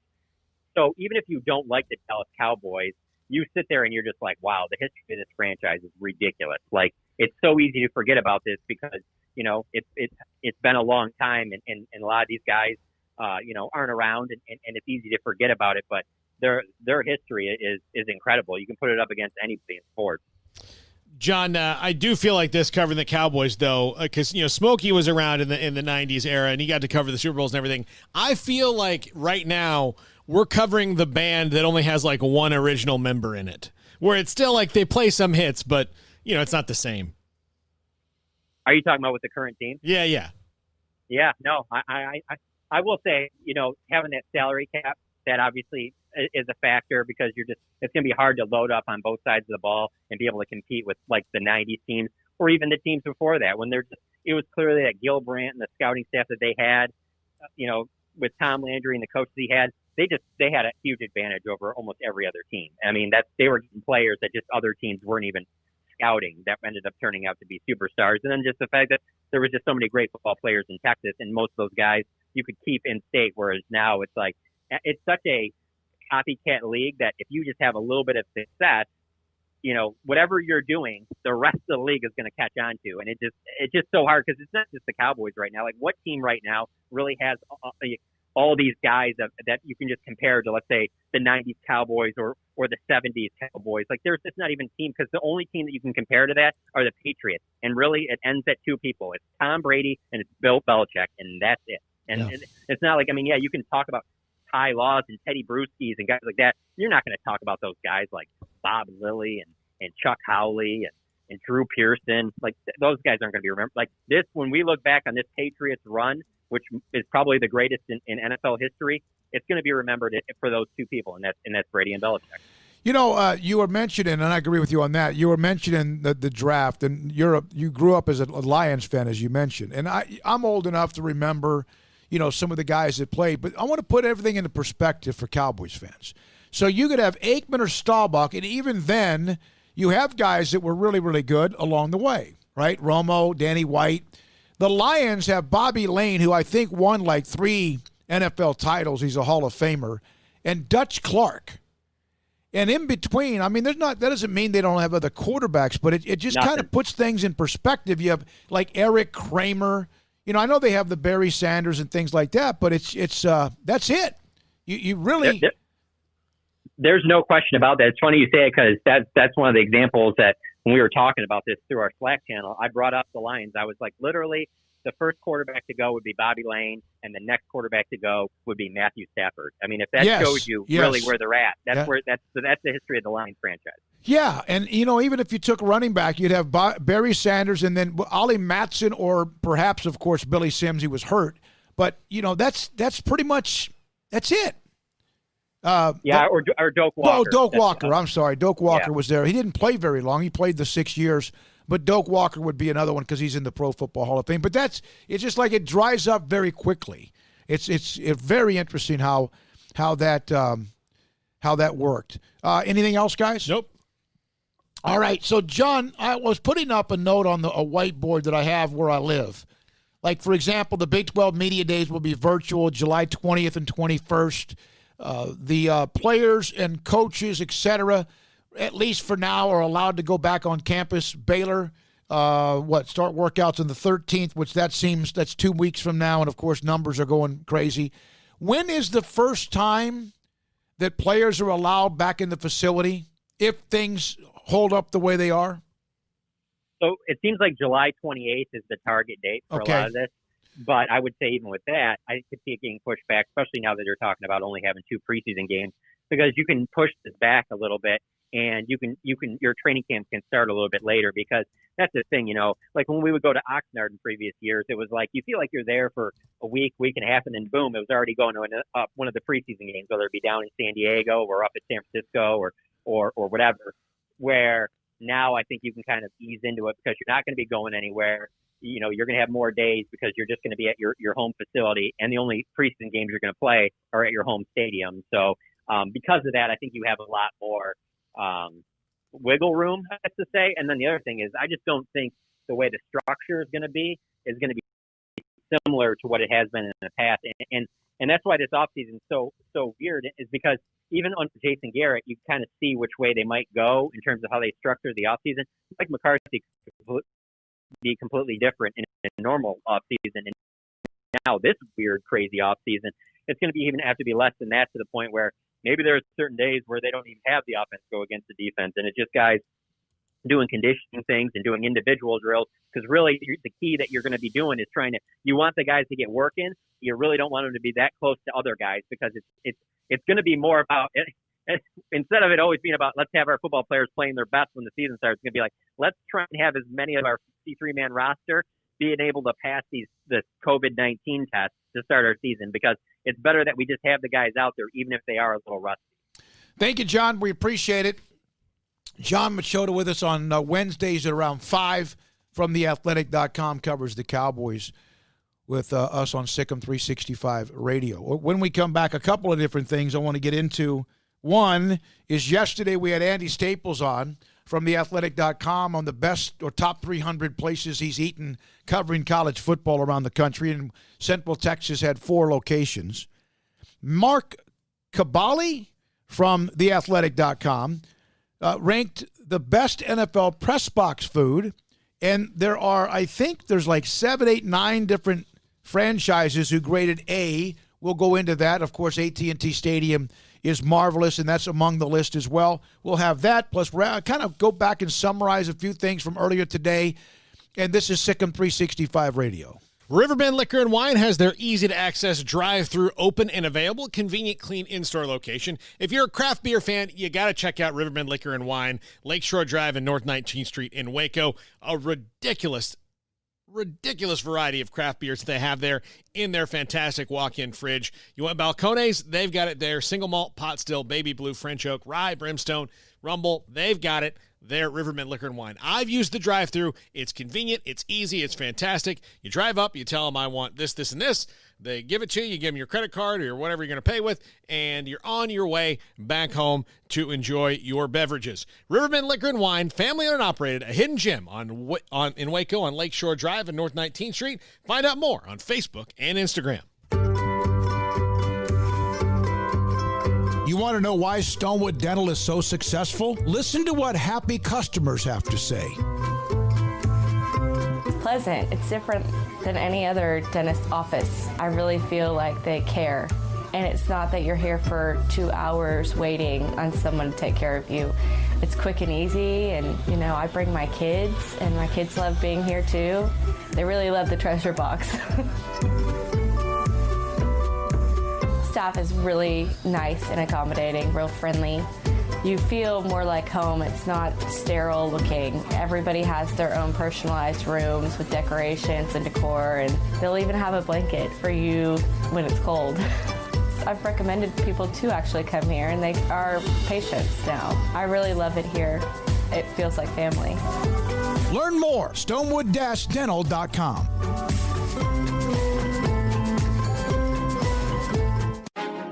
Texas board-certified personal injury trial lawyer and Baylor alum David Willis and Baylor alum Parker Willis are ready to help if you or a loved one has been wrongfully injured in an auto accident, SUV rollover, industrial accident, 18-wheeler crash, or were seriously injured by a defective product or recall drug. Call them for a confidential and free case consultation at 1-800-GOT-HURT or visit them at texastriallawyer.com. Principal office located in Houston, Texas.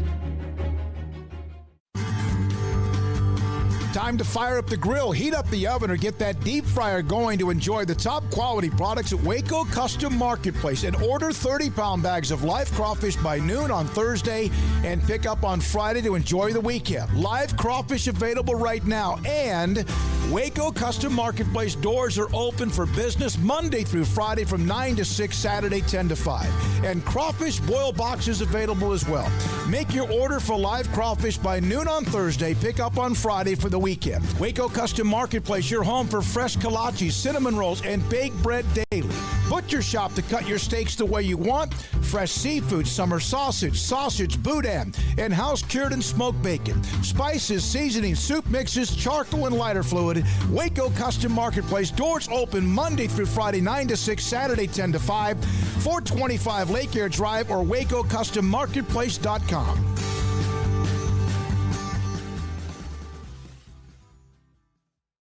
Boozers is the wedding ring store and more. If you're ready to get engaged or already married and want to upgrade your wife's ring for a special anniversary, Boozers is the place to go. With the largest selection of premier quality diamond engagement rings and wedding rings in Central Texas. They have 7 cases with over 300 styles of rings from top designers like Natalie Kay. Choose from yellow, white, or rose gold, plus beautiful top quality loose diamonds. With an in-house jewelry, they can also custom make anything you want. Bring in a picture or drawing and let Boozers Boozers create your one-of-a-kind pendant or ring. They can even use some of your old gold and diamond jewelry to create something new. At Boozers, you'll find a great selection of quality timepieces, and Boozers is the place for expert watch maintenance and repairs, too.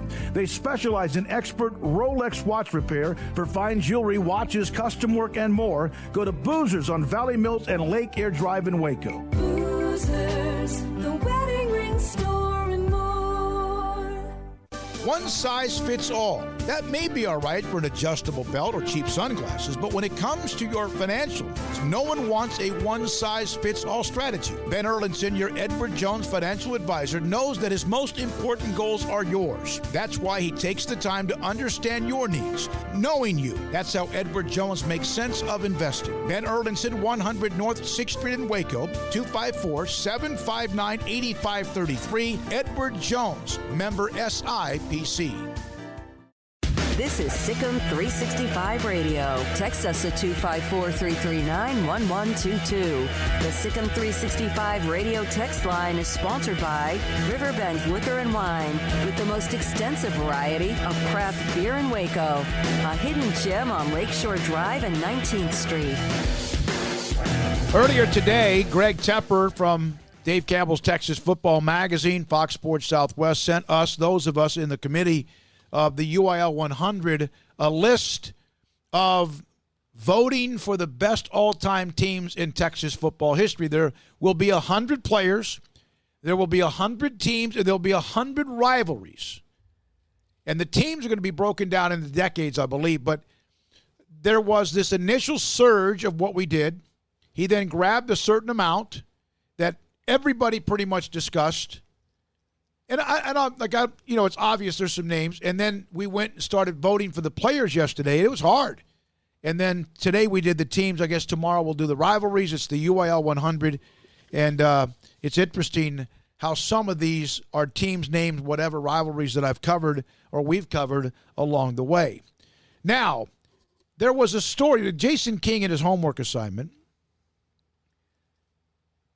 The person most responsible for Baylor football's decline in the late 90s, early 2000s. Now, I wasn't around, and I know that was after they had gone transition from Grant Taft to Chuck Reedy, who was there 4 years. His last year, they were 4-7, the first year in the Big 12, and then all hell broke loose.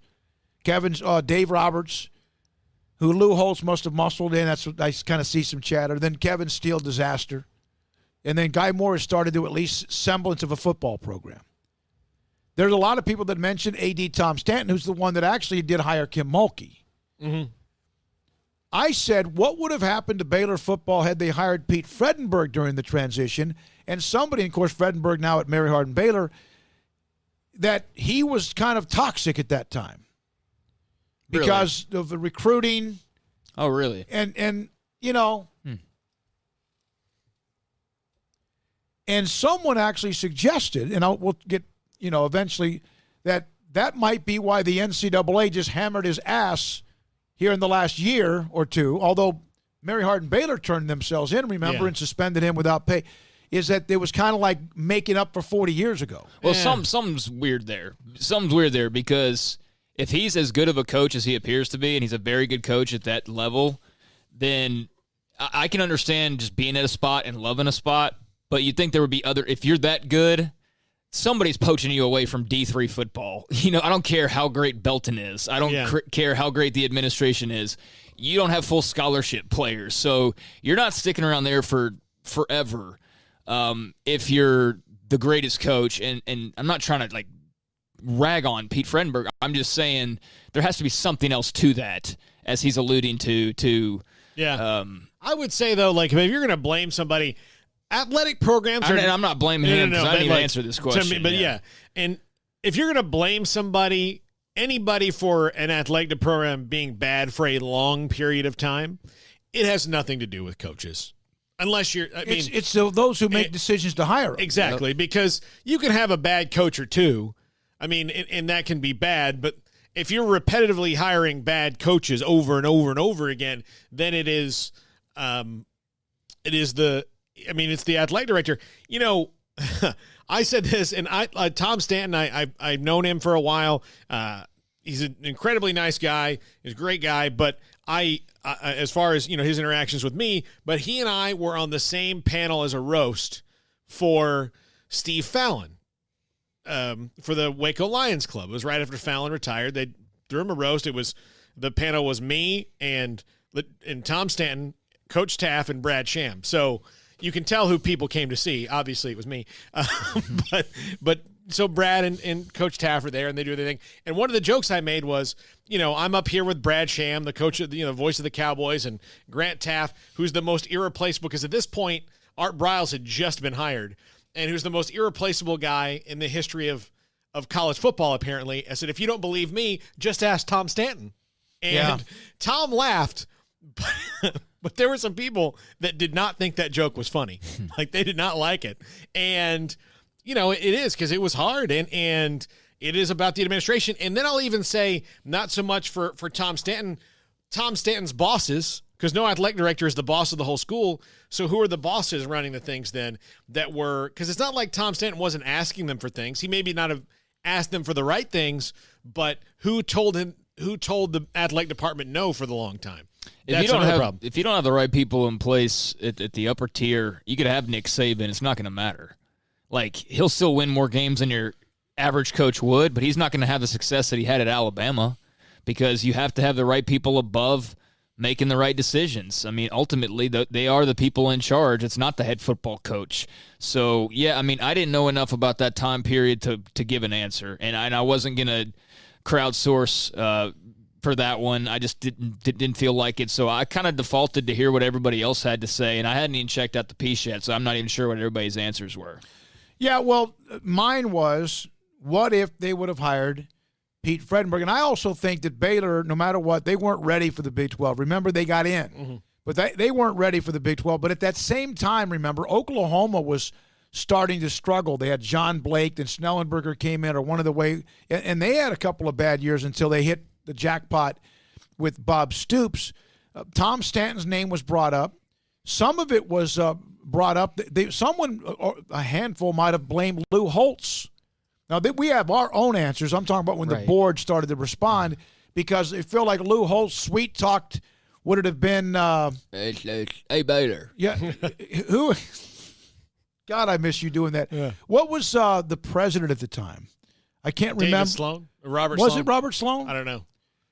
But there was another member, like maybe one of the members of the board, and of course, then you start getting the board involved, and of course, you can get some chaos then too. Worse decisions. Look, until recently, Baylor presidents had the same lifespan as Spinal Tap drummers. So, I mean, when I first got here, it seemed like nobody wanted to keep that job. Yeah. Yeah. No. So they took an unfortunate route to get to their current president, who's actually a real deal president, and she's been fantastic. So it took unfortunate circumstances to arrive at Linda Livingstone, but thank God that they did, because a lot of laughable things prior to her tenure. That if you look back on it, benefit of hindsight being 2020 and all that. But yeah, just tales that you hear and things like that. Definitely feel like they've got some great leadership currently on campus. And so yeah, and seems like that there's been a stabilization and not just being jammed into what we want as a board, which of course is a different story. And she's not just a figurehead. She doesn't seem to be that at all. I don't even know. She seems to be getting things done and not afraid to make decisions. And not everyone's going to like her or her decisions, but there seems to be, you don't hear about, the struggles now. And, of course, after they had gone through the sexual assault scandal, so many people were thrown up into that story. Earlier today, did you guys see Ian Desmond and his Instagram post about he's opting out for the 2020 season, plays with the Rockies, was a hell of a player with the Rangers. I liked him. But he did an Instagram. It's good for you to read it, and I'm going to try to kind of summarize it. It's impossible to do that. But he started out, he's from Florida, but he went to some Little League parks where he used to play. He's from Sarasota. So he went to these Little League parks where he used to play.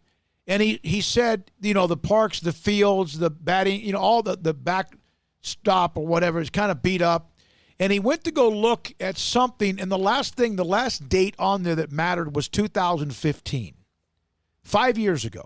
And of course, a lot of these ballparks are getting beat up. Now there's some that are gorgeous, but then he saw like a banner, a shiny banner that was like a U.S. AAA, whatever. I'm not trying to, like a car insurance or someone you call when your car has a flat tire, but it was one of those like select ball banners, like one of those travel club banners. And it was real bright and shiny. So he starts to discuss how baseball, he does get into how baseball has failed the black athlete and how how it's really lost the black community. And now you see, if you go to a ballpark, depending on perhaps where you live, but the Hispanic population playing baseball is huge because they can look at stars on TV. Yeah. Great players on TV. Name me the best black baseball. Mookie Betts, I hate to bring him up, Paul, but for that reason, because he's with the Dodgers. How many great black baseball players are there? There's not as many left. There haven't been for, you had the day of Willie Mays and Henry Aaron and Willie McCovey. And well, I grew up in Bonds and Griffey. Yeah, so those two. Okay, so that I was just about to mention, I've been going through these baseball cards from the 80s and 90s that I have, and I was thinking about that because we had Andre Dawson on the show. But you think about that era, Bonds, Griffey, Bo Jackson, the players that that people wanted to see, and the ones, I even still get excited, even though the card's probably worth 18 cents when some of these guys, come like, oh, hey, look, there's a guy that was a big deal back then. And it's just not the same. And part of it, and the big part of it is that baseball got real rich real quick. That's to play it all year long or to play in it, you had to be in these select leagues. Okay, his point was this, and I heard a couple of other commentaries on this. When I was in Little League, and the first place I ever played Little League baseball was probably, I guess, in Virginia, and then it was in San Antonio. And, I don't know how much it was to join a league. I don't remember what my mom and dad made, $40, $20. I don't know how much it was. That was it. And you know what? If your mom and dad wanted to go buy you a pair of cleats or you played in your tennis shoes, everyone, the coach brought a bag of bats. And then, now everybody brings their own bat. Everybody has these fancy, for example, bat cases, and it's got your glove and your shoes. Craig, you were able to have some of that, and others are as well. And it's basically separated those who can play baseball, and now it's become where you can either afford to play it or you can't. To me, Little League sports should never come down to whether you could afford to play. Now, I'm not one that's for socialism. You know how I am. You earn what you get. But I think when it comes to youth sports, it should not price somebody out or a family out from being able to play. But there needs to be a defining difference between, are we talking about, young black kids aren't playing baseball on traveling teams where there's this high cost, or they're not playing like actual city Little League because the city Little League goes away because all the kids play on these traveling teams. Yeah, so it's hurt all the way down. Yeah, but I don't think that's the case everywhere, though. No. Like we had a select team that arose from two different. Like we had Tyler East Little League and Tyler West Little League, and the all-star teams from both basically came together and had a traveling team, and that was my first experience with traveling teams. So we had like 9 of the best East players and 11 of the best West players, and we traveled and played teams from Dallas and Mesquite and all of that. It's kind of the early days of traveling softball. But it's not like Tyler East and Tyler West went away. They still were there. And it wasn't a money thing either. It was hey, these are the best players. We think maybe instead of playing another year of just Little League ball, some of these guys might want to go play real baseball, in college. And so, hey, what better way than to get them in front of scouts and do all that? And so I understand the disparity, but, the opportunities, and I'm not speaking out of knowing, so I'm wondering, why Little League baseball isn't more popular. Little League baseball is a big part of it, obviously. But I think the other big part of it is, if you're going to be a college athlete and get a college scholarship, what sport are you going to lean to? Are you going to lean to football and basketball that you can get an actual full ride, or are you going to play baseball where you might get $4,000? Well, and let's face it too, kids don't grow up particularly nowadays thinking, oh, I can't wait to go play 162 games. They want the quick buck, the most money, the biggest splash, the sex appeal, and all of that. And you get that with the NBA and the NFL, and you don't so much get that with Major League Baseball. But the contracts are the best when it comes to baseball and the NBA. But you have to actually grind after college to get to that point because unless you're a high draft pick, you got to go play 4 or 5 years of minor league ball. What sport can you pick up as a junior or maybe a sophomore or senior in high school and still become a pro? Basketball and football. You cannot do that in baseball unless you all of a sudden feel like your arm becomes maybe you played quarter and all of a sudden you can throw something in the 90s, right? Yeah. And even then, you still have to go through the process. Not many people are going to draft you just because you can throw it that fast. Well, they will. But in basketball, how many times do you hear about a guy that comes in from over some other country and tall, lanky guy? How many just big dudes on high school campuses like, he should be playing football? Yeah. And so that's one of the other things that's working against baseball. I've never heard in my life somebody go, man, he should play baseball. He's got great hand-eye coordination. No one's ever said that in the history In fact, what we hear a lot of is the great athletes in other sports. I wonder if he could play safety in the NFL or something like that. You're right. You don't. If a guy's 6'7", 6'8", 9, if he's a little bit normally like taller than normal, even if he's gangly and can't walk and chew gum, he should play basketball. And with baseball, But have you seen some of the Little League fields? Waco's got some nice fields. Yeah. But it is, but part of it is in the inner cities. It's gone away. It's not as popular. It's not as popular as a sport. Whose with fault the young is people. that, though? Sometimes it's the community not to support it. Yeah, well, it's, I don't it's think all we across the board. always need to place blame on everything. Yeah. I think just some things go out of style and some things aren't as popular as they were once before. And it's not necessarily like, I mean, if we were to really break it down and have a bunch of minds who really know the ins and outs of it, I'm sure we could find a point of blame. And blame's not necessarily be like, shame on you. It's not like that. It's just identifying where the problem roots from. But I just think, as much as anything else, it might just be a change in, in the country and what is popular and things like that. I mean, I even think Little League now playing Little League baseball can become expensive. I don't know. Like, that's what I'm saying. I have no idea. I don't understand why it would be expensive to play City League. Well, I mean, I think it's not expensive to play City League. I think part of the thing is like you can go and play in the City League, but a lot of the people will play all year round, and so then they're playing all year round. Some of them get burned out and then stop playing baseball before they get to college. And then some people quit playing baseball because they're not in a clique. Right. Anymore. So this is a many-layered issue. Yeah, no, it is. It's very many-layered issue. So you need to go, if you can, but it's like 6 different pictures of the Instagram of Ian Desmond is something that you'd be good to go read it and see what he said. I'm just saying that you don't have to play club baseball to play baseball. Like, there's still plenty of opportunities, cheaper opportunities. You don't have to play club baseball to get a college scholarship. Now, I think that's where a lot of it has come from, is that there's this idea now in soccer and baseball, and you don't do it in football, but shoot, look at the freaking AAU circuit in basketball. Those kids are playing all year long, all over the country. So, I feel like the Little League route can still take you places.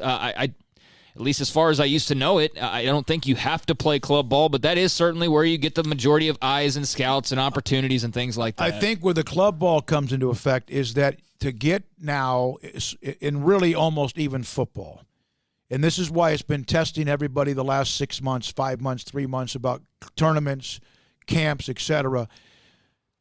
In baseball, you have Little League, City League, whatever you want to call it. Then you have your travel ball, select ball, whatever you want to call it. And that costs money. You can still be just a really good player and somehow go from just playing Little League, and if you're that good, you can get into wherever you need to go. But now, baseball has become like AAU basketball. No, I get it, yeah. And that's how to get to college. Tons of money, yeah. I get it. I always bring this example up. Let's go to Leon. He's got a lot of things on the text line brought to you by Riverbend Liquor and Wine. He goes, I have to disagree. That's the only way my son got a scholarship to play baseball, select baseball club. Okay, he's kind of saying that was the way he got a scholarship, was baseball, select baseball, because baseball's become kind of an AAU version. And I'm not saying the last 5 years, maybe the last 20. Here's from Leon. Dave, I coached 12 years of select teams, had the best parents, had the best kids, and they all would tell me to get on their blank. If I used to get on their busts, and I never bothered that group of parents because I told them from the get-go I got a bad mouth. I'll tell you the truth, and I'm going to make your son play like I never played before. Try it one more year, group of kids. In other words, they were really good. The culture was terrible. Leon turned them around at Gatesville High School. And we're going back to what that post was about Mark Lumley, about things that coaches say. And it's interesting to me how soft we have become. Yeah. Soft. Why would you say overly that? sensitive. I know. Why would you? Who are you talking to? Why are you yelling at me? But do you not, with all due respect to a lot of the great changes we're seeing, have we just not become, like you even said, Craig, not everything needs to have someone's fault, but we all seem to want to point the finger at somebody. We want to blame everybody rather for than everything. look in the damn mirror at who we are. Yeah, and look, part of it is baseball's just not as popular. I mean, that's what I said at the beginning. I mean, you're right. It's just not. It's not and as you have popular guys anymore. in the Dominican and the Latin American countries who go and hit with sticks and find a way to get to America to play Major League Baseball, get found by the scouts. And we want to adopt their government system. It makes a lot of sense. But when we come back, we'll wrap it up on SicEm365 Radio.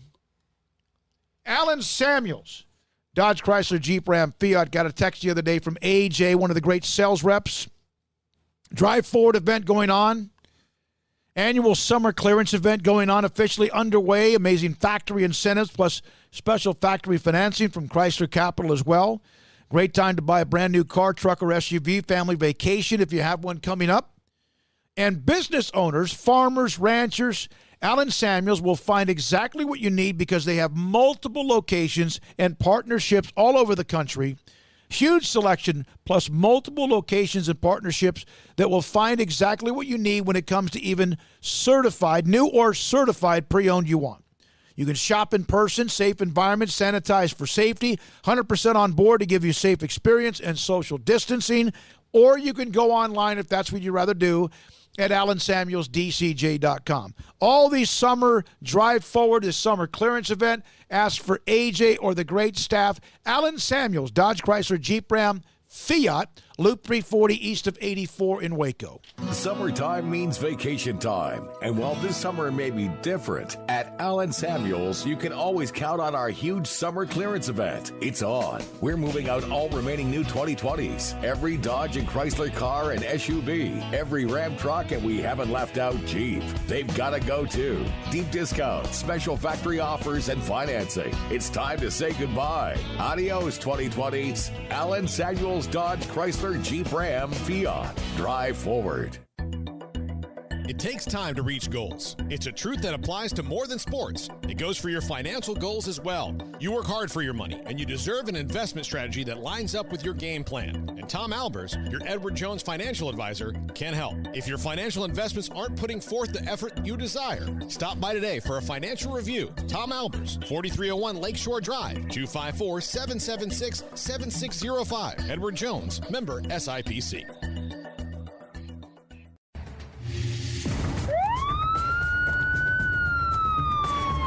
If you or a loved one or friend has been arrested and you can't afford bail, trust Terry and Chase Chapman at Chapman's Bail Bonds, covering Waco and McLennan County for over 25 years. Chapman's can bail you out anywhere with experienced, knowledgeable local agents who are committed to serving you professionally, respectfully, and with the highest integrity. Chapman's understands your privacy is important. Your freedom can be secured fast when you use Chapman's Bail Bonds. Open 24 hours a day, payment arrangements available. Call Chapman's Bail Bonds. When you need help, 254-754-1603. When you ring, we'll spring. Let Camille Johnson Realtors guide you seamlessly through the process of buying your dream home or selling your current one, commercial, farm and ranch, or residential. Camille Johnson Realtors can smoothly and successfully lead you through any transaction with a team of 24 experienced agents who are excited about serving you. Camille Johnson Realtors services the entire greater Waco area. If you're in the market to buy or sell, contact Camille Johnson Realtors, 104 Midway Center in Woodway, or find them online at www.camillejohnson.com. Camille Johnson Realtors, elegant, charming, warm. Welcome home. How often have you said it's time to get in shape? Every day, every week, every month, maybe for as long as you can remember? How about starting today? I promise if you'll just join Waco Regional Tennis and Fitness now, you'll thank me later. Hi, this is David Smoke, offering a variety of 40 group exercise classes every single week, including boot camp on Tuesdays and Thursdays at 5:15, plus spin, body shaping, Pilates, yoga, and bar. And oh, there's a free kids club as well. Waco Regional Tennis and Fitness open Monday through Thursday, 5 to 10, Friday, 5 to 8, Saturday and Sunday, 7 to 7, and personal trainers, Christy London and Randall Corley. World-class tennis facility with pros Britt Coleman and Joe Rosa with lessons, camps, and special events. Spacious and clean workout rooms, locker room for men and women, both with a whirlpool and sauna, and now there's touchless bottle filling stations. No intimidation, tremendous camaraderie, an entirely new atmosphere, and yes, you can do this, but you have to walk through the front door. It's time to react today, not tomorrow. Waco Regional Tennis and Fitness on Lake Shore Drive in Waco. At Ideal MRI, we feel blessed to be part of the Waco community. We're a small family business here in Central Texas. At times like this, the cost of healthcare has never been more important. And unfortunately, significant illnesses and injuries still occur. And that's why Ideal MRI is open and here to serve you through this difficult time. So if you need an MRI, ask your doctor about Ideal MRI. You can schedule online in minutes at idealmri.com or call 833-IDEAL-MRI.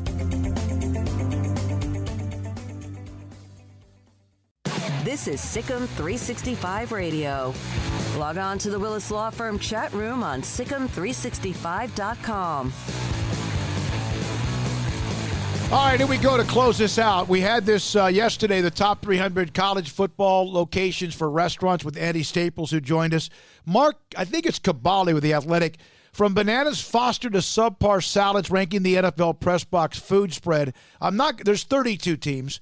But Dallas is 2. Cowboys are 2. Which makes me really want to, go to a game in Tampa now, given if you're better than Jerry. Yeah, because Jerry puts on a spread, sometimes almost too fancy. Well, so when the Redskins when the Redskins are there, he really does it up. Yeah, because they don't have and they're at 17.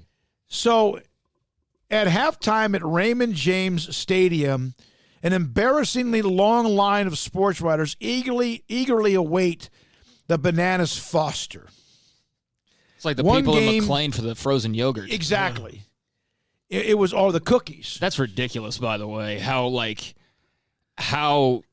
I don't know. I'm just going to insult everybody, but how needy people get for that. I've never, I've had maybe the frozen, soft serve ice cream? Yeah. I've had it maybe twice in 7 years covering Baylor because there's always, before halftime even hits, there's 15 people in line. And by the time halftime does hit, minutes later, and there's 30. Yeah, it shouldn't take 15 seconds. And there's none left. Paul, there's you've been never in that any line. left. I've seen. I tried. I got probably like Craig. I just got fed up with it. Screw it, man. The Cowboys, of course, insane spread, will knock the taste out of your mouth. 2 games that this writer covered: Thanksgiving Day game and afternoon game. And then they have the candy spread at the end. No, it's not the end. The candy spread is there the whole time.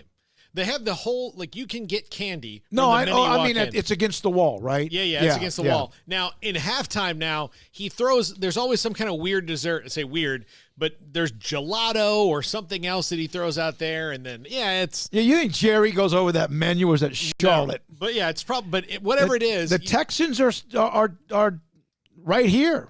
Yeah. Tied with the Cowboys. And we've had that when we went to the bowl game. Prime rib carving station, which the Cowboys have, brisket, and enough sides to make you seriously consider grabbing 2 plates. Plus ice cream. We've been there. They have the cookies. Minnesota right there.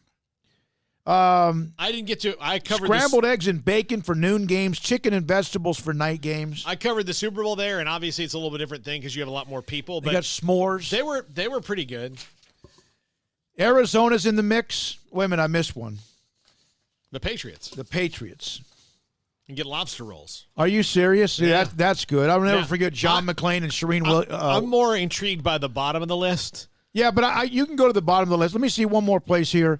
This is for Seattle. Of course, I would see Seattle's got all the. If you're like me and you don't eat red meat, you can take it a step further. Don't eat meat at all. For breakfast, there's usually sausage, links, scrambled eggs. But I would think Seattle's got a lot of fish, a bunch of fish. Yeah. So towards the bottom, or at the bottom, are the Chargers and Rams. And we experienced the Chargers at Qualcomm Stadium when we covered the Holiday Bowl. The lady was so militant. So they gave us a very average hot meal, when we got there, it was probably 4 o'clock in the afternoon, Smokey, right? Right. And then, so the game kicked off at 6 or 6:30. So around 8:30 or so, they put some sandwiches at halftime. They had sandwiches out there.